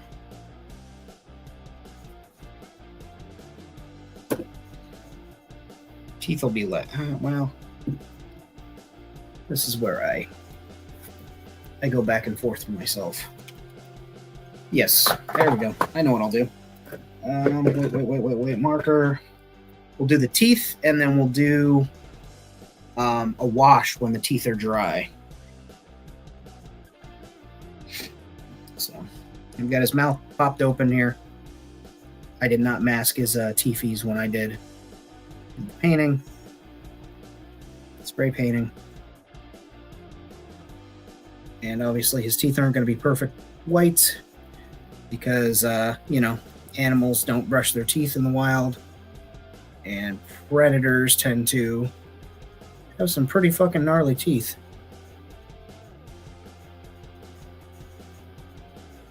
So, like I said, we'll go over that with some white. And then once it's dried up, we start doing washes on this guy. We will hit him with some washes.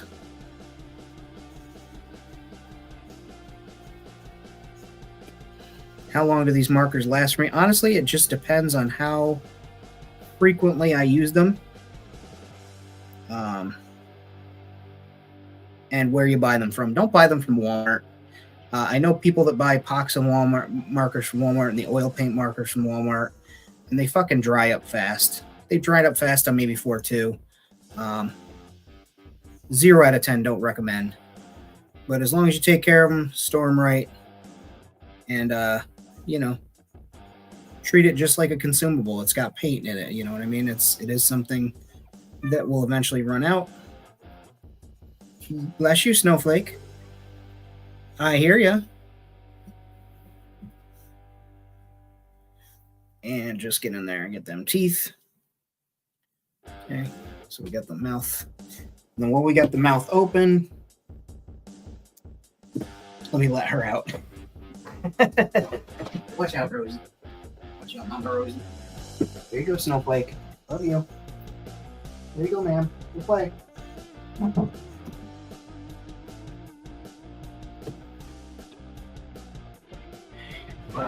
It's drying. All right. I'm going to leave the mouth open to dry.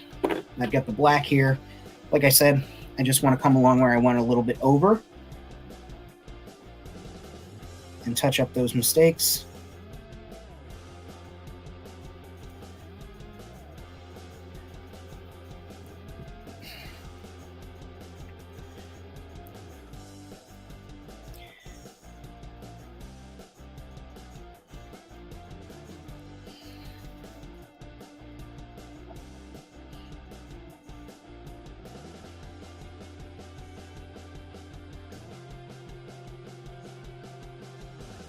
Cool.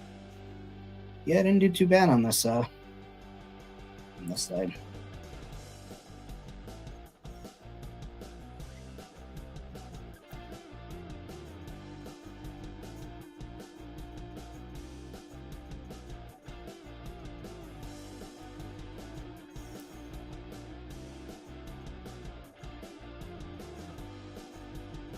Right.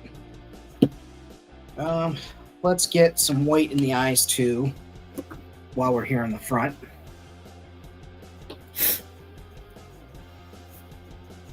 Oh, the which Zergbot or which color?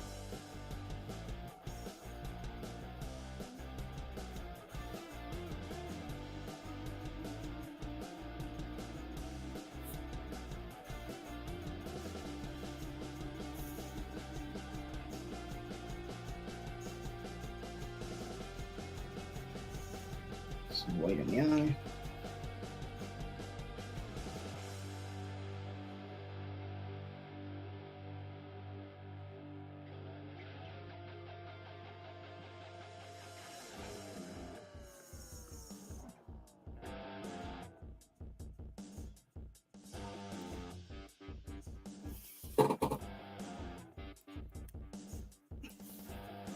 What up, dead man?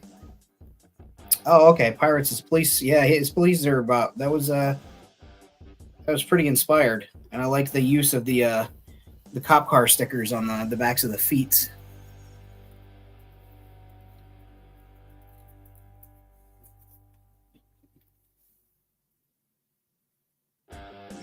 Let's just get in there.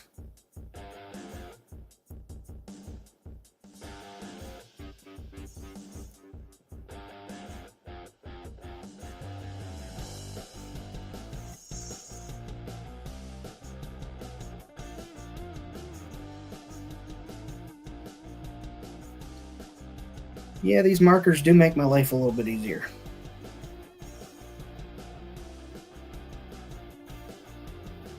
Right, so we got white eyes. We got the white on the teeth. Now we're starting to get somewhere. Now,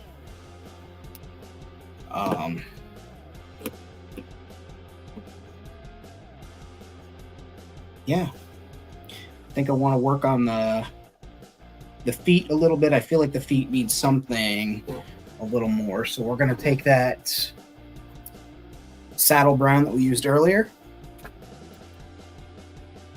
We use a little bit of that saddle brown and just hit the high points on the scales on the feet. Brush that down. And we'll also hit the arms. That'll help make the arms pop a little bit more in the hands. Oh yeah, for sure. That's precisely what that needed. Go. Yep. Just makes them look more reptile / bird-like. If I was focusing more on the turkey aspect, which initially I considered doing, I'd probably put a little more rouge, a little more red on the feet, but I'm not, so. Which I could. I'm not gonna. But I could if I was so inclined. And that would help make it more bird-like.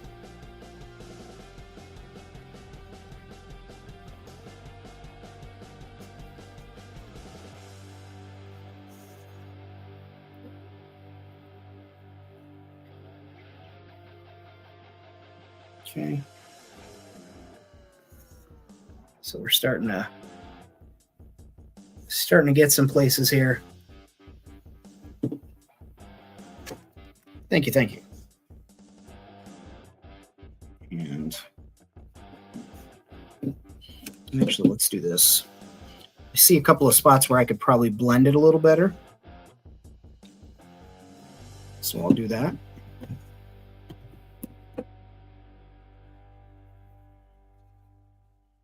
And you see about how much I've got left on there when I go to do these things. It's not heavy at all.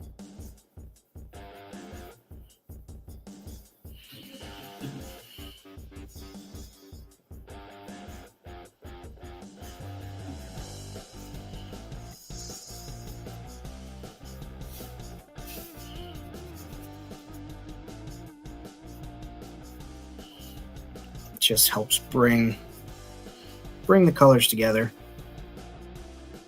Let's do a little more on the feet.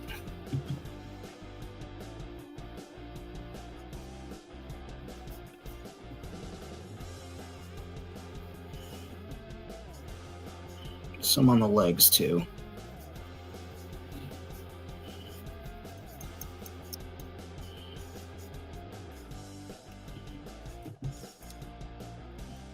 Okay. All right. So now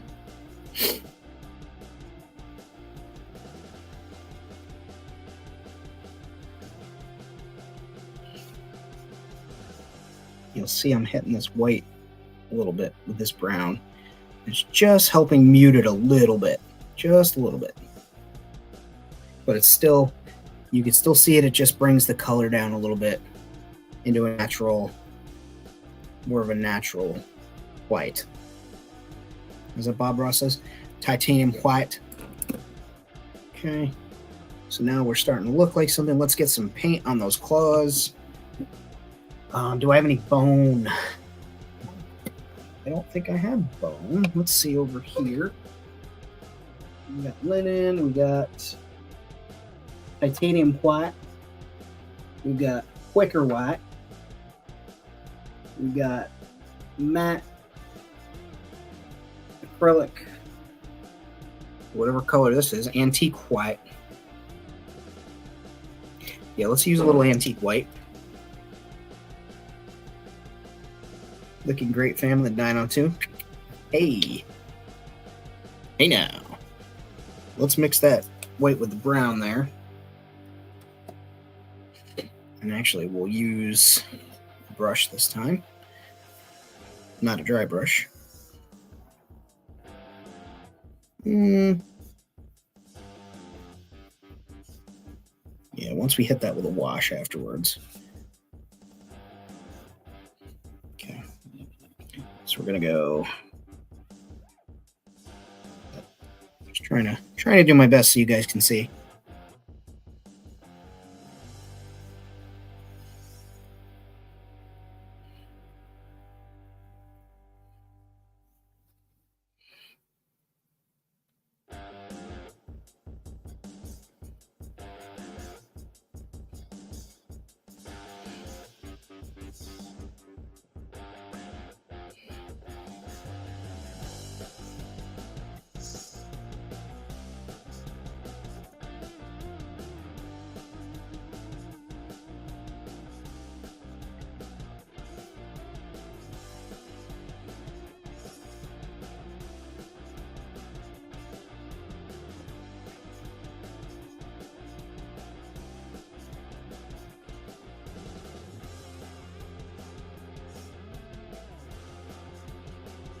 If I was any smarter, I would have brought my wet palette out, but I'm not smart. So now I get to make this paint up again, but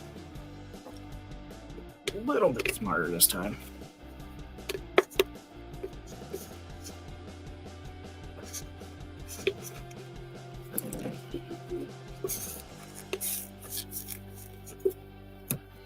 A little bit smarter.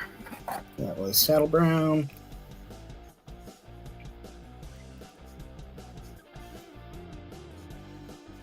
We used antique flat apple barrel.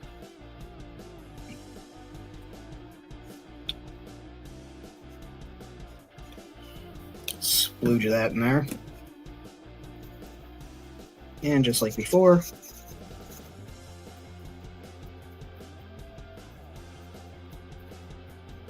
use the back of the paintbrush.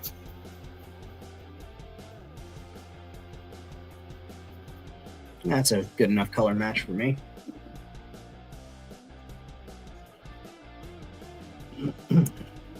After all, it's all going to get blended in when we get a wash on there. So,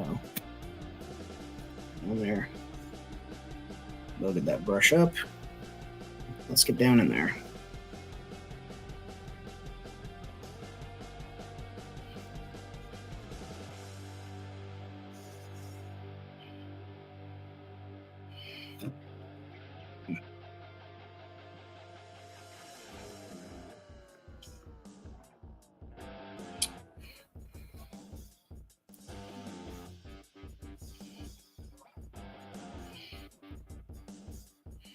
Good thing that other toe was there.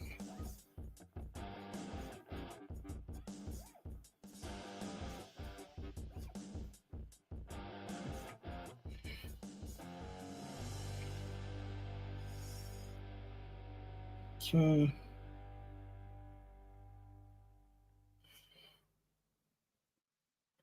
These toenails are tricky.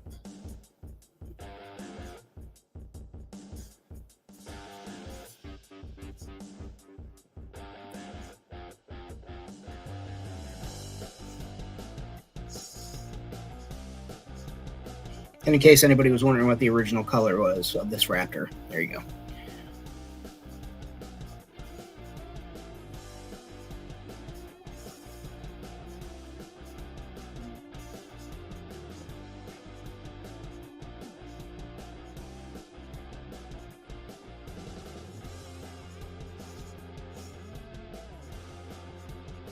Okay.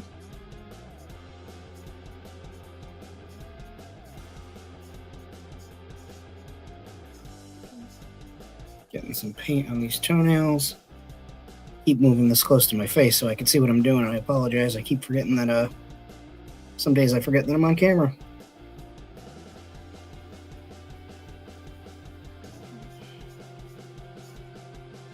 Okay. And for the fingernails, same thing, same color.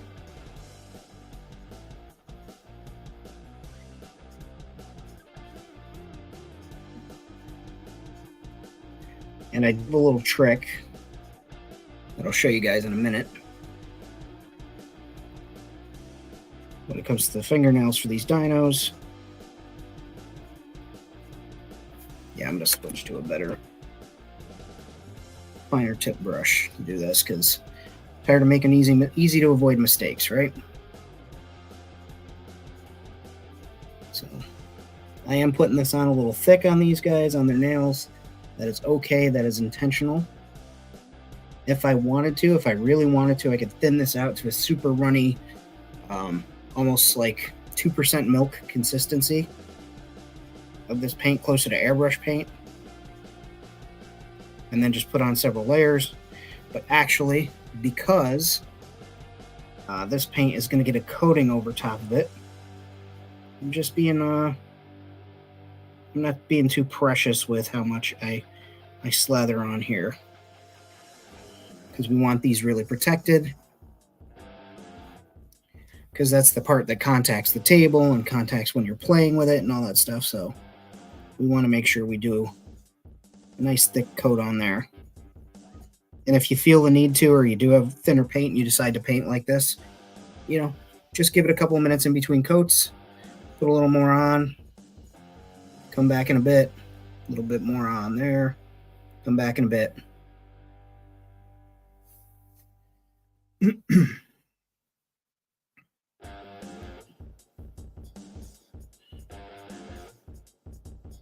And right now these bony fingernail colors kind of seem a little bit off, right? And like initially when I used to do this, I'd think the same thing, and I'd be like, man, these look really weird, and I'd go back and take the color off and put a different color on and paint them black or whatever, and it just like never sat well with me. Well, there's a trick. I'm going to show you guys this trick just as soon as I get the rest of this paint on.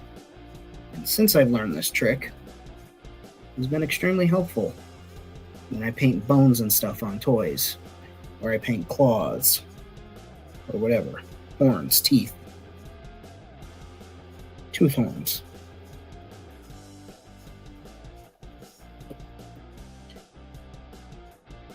Thinning my craft paints, water, distilled water usually. If I'm thinning my model paints, however, I use this water-based retarder medium. A little tiny drop goes a very long way, and it helps keep it wet. If I'm thinning it for airbrush, I will use Windex.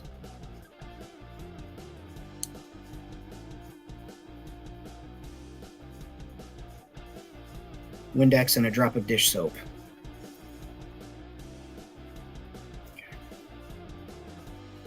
All right. So those look done, but they're not. Let's see. All right. Super secret ingredient time. I want you guys to come in close. Now, don't tell anybody this. If you're watching the replay, you keep this shit to yourself, all right?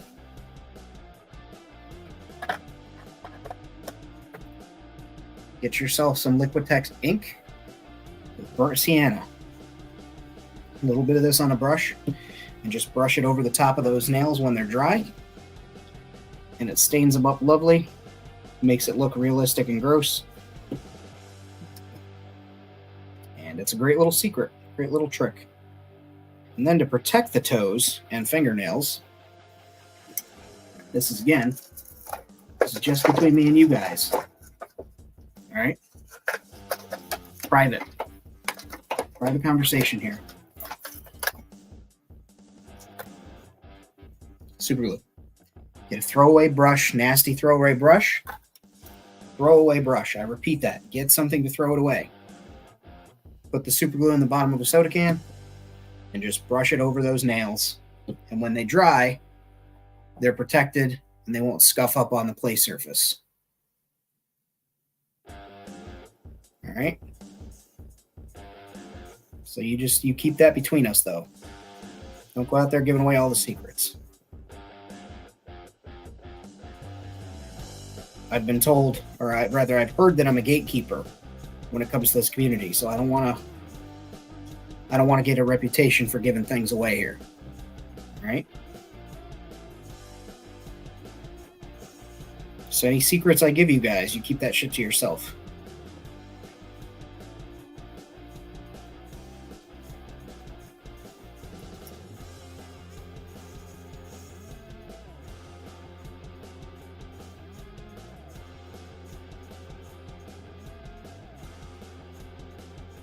And don't ever wear a helmet in your thumbnail.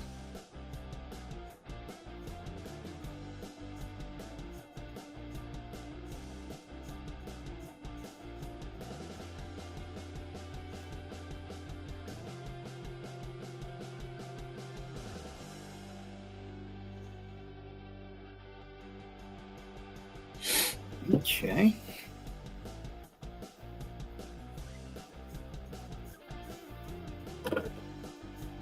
All right, let's work on this hair now. The quills, I should say. The quills, not hair. Yep.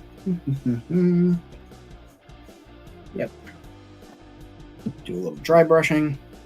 I'm going to pick up all those details with the white. And I think we're going to do some, yeah, you'll see.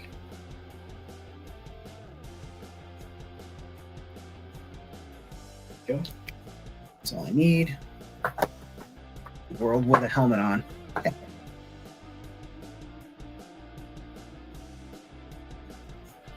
Bjorn, I didn't think I gatekept either, but apparently there are people out there in this community that think I'm a gatekeeper somehow.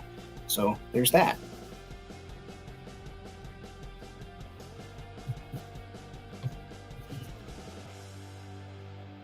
So I'm thinking maybe if I just pretend to be a gatekeeper,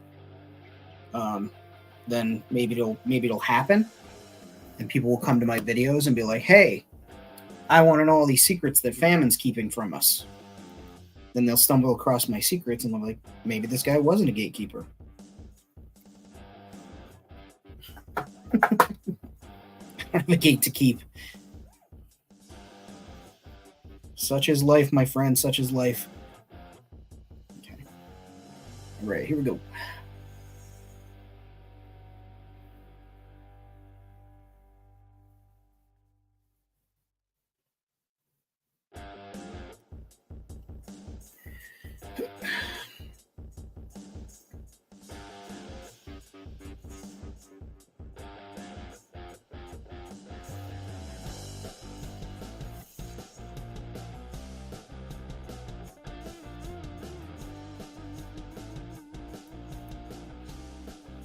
Okay.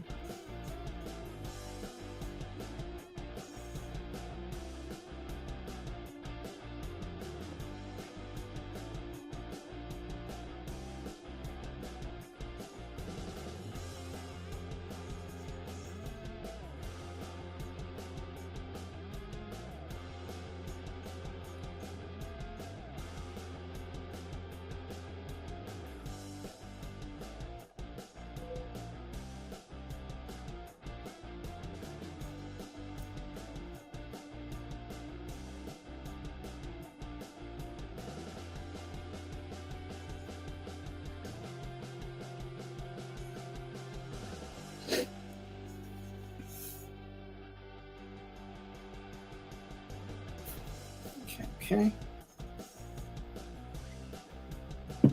We want a little more white on that.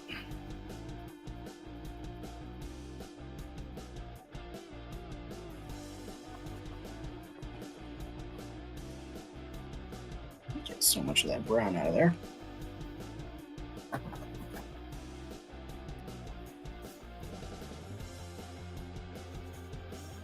And actually, let's do this way. We won't even dry brush that the white on the hair. Just take a little bit of paint on this brush, get most of it off. Then I'll just come in here.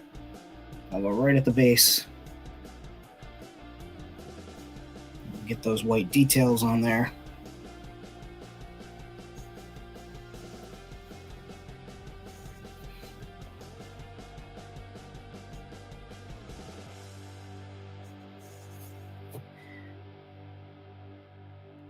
And as you can see,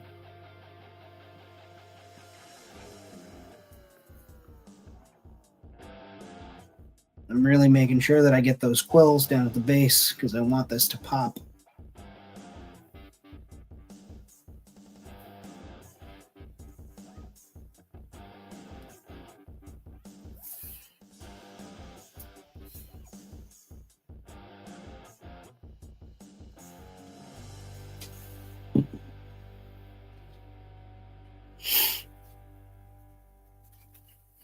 Okay.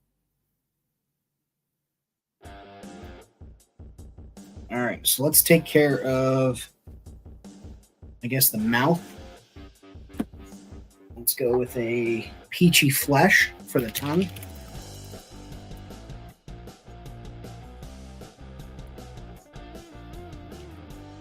It is essentially a wash. So I'm just going to saturate that paintbrush with it. Tilt his head back. I'm gonna do this the best I can for you guys to see, but I'm getting on that webbing in the corner of his mouth. and then onto his tongue. And that just gives it that weird purpley, peachy, fleshy grossness.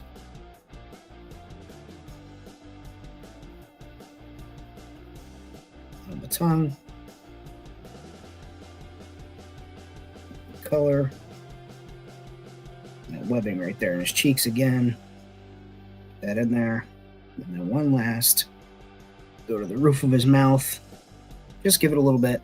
It just adds a little bit of detail. Actually, I think I want to go with a different color on his tongue. I feel like it needs to be more purple.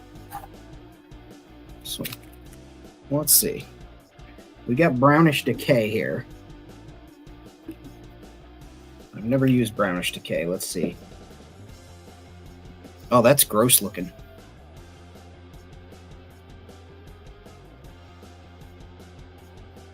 Yeah, fuck it. We only live once, right?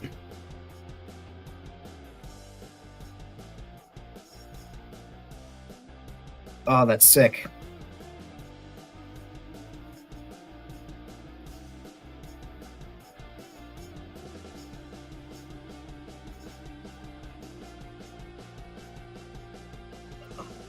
Yeah, I like that.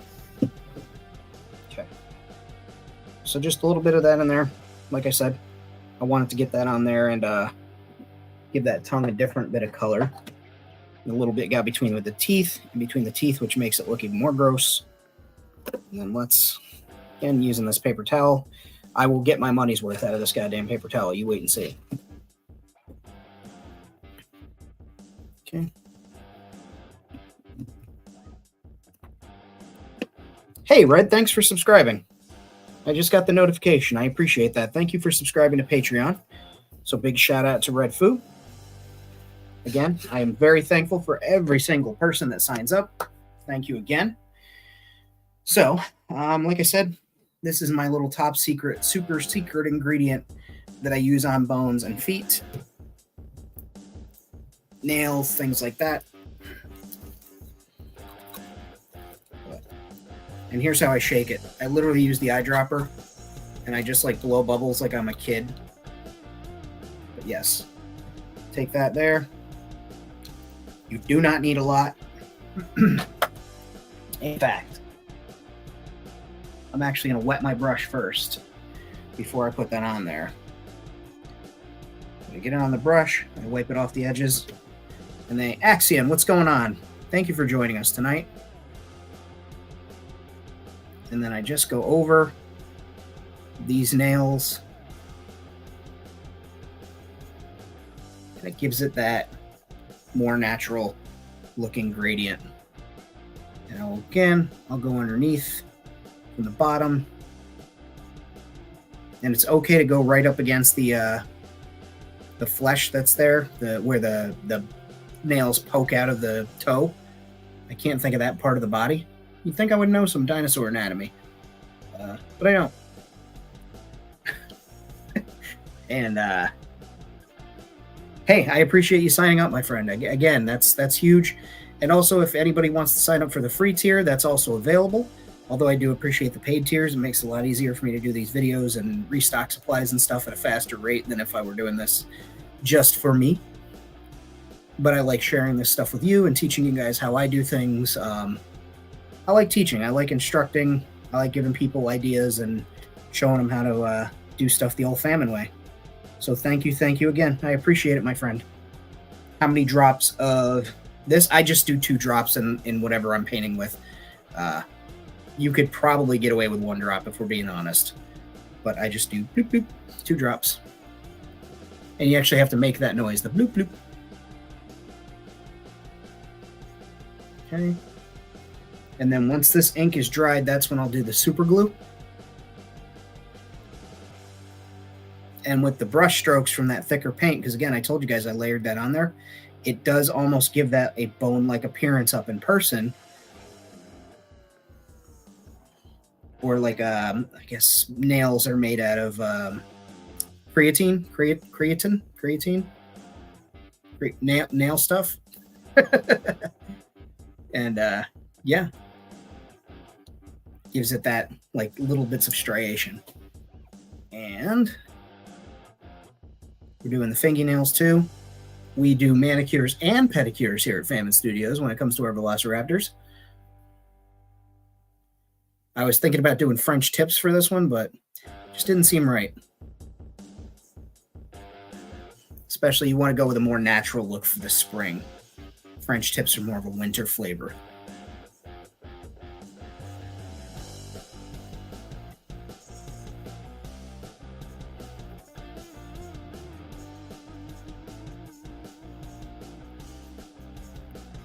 Hey, you have a good night, pirates. Be well.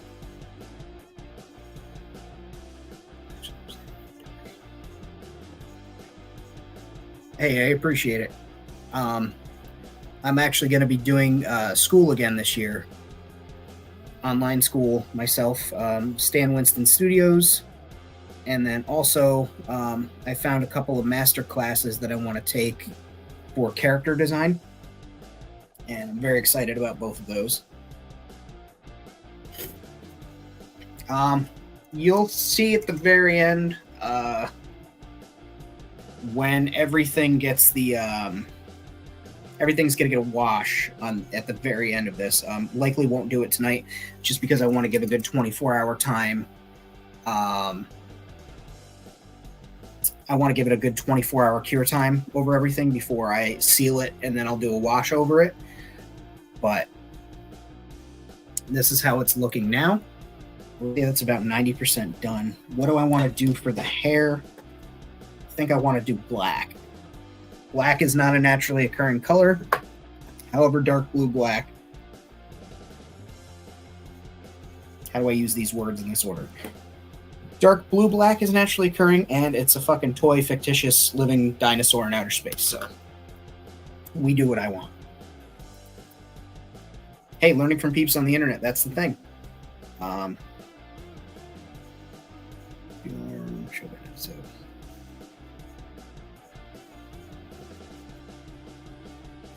Yeah, that's when I plan on sitting down and binging. I see it on Hulu. I keep seeing Roku keeps advertising the shit out of it. They're like, watch fucking Shogun. And I'm like, I plan on it. And they're like, no, do it now. And I'm like, I got on YouTube to watch something. And they're like, fucking check it out, though. And I'm like, all right, I'll get there.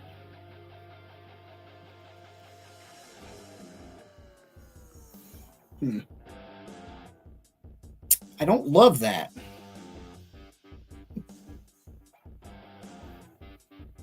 I don't love that at all. Maybe it'll grow on me.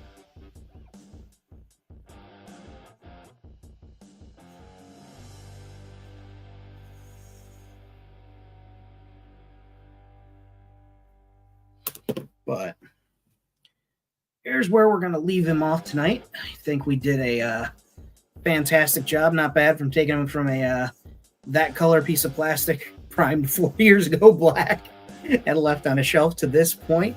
Like I said, it's going to get a wash. It will probably be a black wash. I will use regular apple barrel paint and white water. White water. God damn. Plain water. I am having a night. Plain water, thinned down extremely. Like I said, this is going to get sealed real quick with a matte sealant. It's going to cure. I'll do the wash over it. And when all is said and done, it should be good. I'm going to leave the eyes white. I think that's going to be my my raptors are all going to have the white spooky eyes. Maybe just the velociraptors. I don't know. What I can do is, before it's all finished, I'll do UV resin, or I could do gloss Mod Podge as well. That's also an option. And just take a toothpick, create a little dot, put it on there. Then I have the lamp for the UV, or I can do the same with the Mod Podge and just dip it on there, put it over the eye, and just have those white, spooky, fucking almost cartoony, scary eyes from the comics. But I do like how this came out. I would be happy with this right here if that's all I was doing, but I do want to get a wash on there and protect those claws. But I'm happy with the way the mouth came out. The teeth actually have detail. There's gross purpley colors and brown colors on the tongue. The inside of the mouth got painted. Yeah, I'm very happy with this guy. He looks like a toy, but he looks a little fucking scary, which is what I wanted. So, spooky desert raptor, I'll call that a win. So thank you guys for sitting through that with me. It's rare that we get to go through an entire process on this channel. Actually, time really got away from me tonight. Didn't even realize, but yeah, I mean, I hope you guys liked it. Again, I'm glad that I could turn some of you guys on to using paint markers, paint pens. These things are a great tool to have. Don't let anybody ever tell you that you can't use things like that to make your fucking craft easier. Not everything has to be a struggle. I know there's that, like, oh, I went to art school and we didn't have these things, or we weren't allowed to use these things and I had to learn. Well, guess what? I went to art school too, and I learned to use whatever I have on hand to do the job. So people can kiss my ass. Tell them old Famine said, kiss my ass. If you like the shirt, once again, variety of colors available. The link is in the description.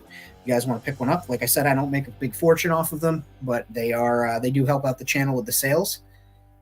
And yeah, I'm very happy. I think maybe I'll throw some shackles or something on this raptor, like something like this. Keep him from, reaching top speeds or whatever while he's in the city. But he's, obviously going to be somebody's either cargo or pet or whatever. I have a little backpack that I can put on there. It has an antenna. So maybe he's, somebody's radio, walking radio with him. If you did art at school, that counts. But I did a year's worth of art school during the Panini online because, well, that's the best you could do. And it was one of the best decisions I ever made, both financially and for my creativity. I got to learn so much. I got to work on my pencil drawing skills, which is something that I still need a lot of improvement on. But it was fun, and I'm looking forward to doing another year of it this year. It's on my list, always on my list. And look at that, got a little baby raptor here. Maybe I could paint one up quick to look like his or her kid, following him around, learning from mom or dad, whatever. I don't know. It's a dinosaur. I just work here. But again, thank you to my new patron, Red. I appreciate it. And anybody else, again, if you want, go sign up. Sign up for the free tier. If you can't help out, that's fine. I understand it. It's real on these streets. Not an obligation. Make sure you click like. That's a great way to help out for free. Share the video with some friends if you want to. Let them know to tune in. But once again, I appreciate you guys. You guys tuned in, hung out with me, got to see my process, my thought process on picking out colors for a dinosaur and painting a dinosaur, and here we are. Spooky looking bastard.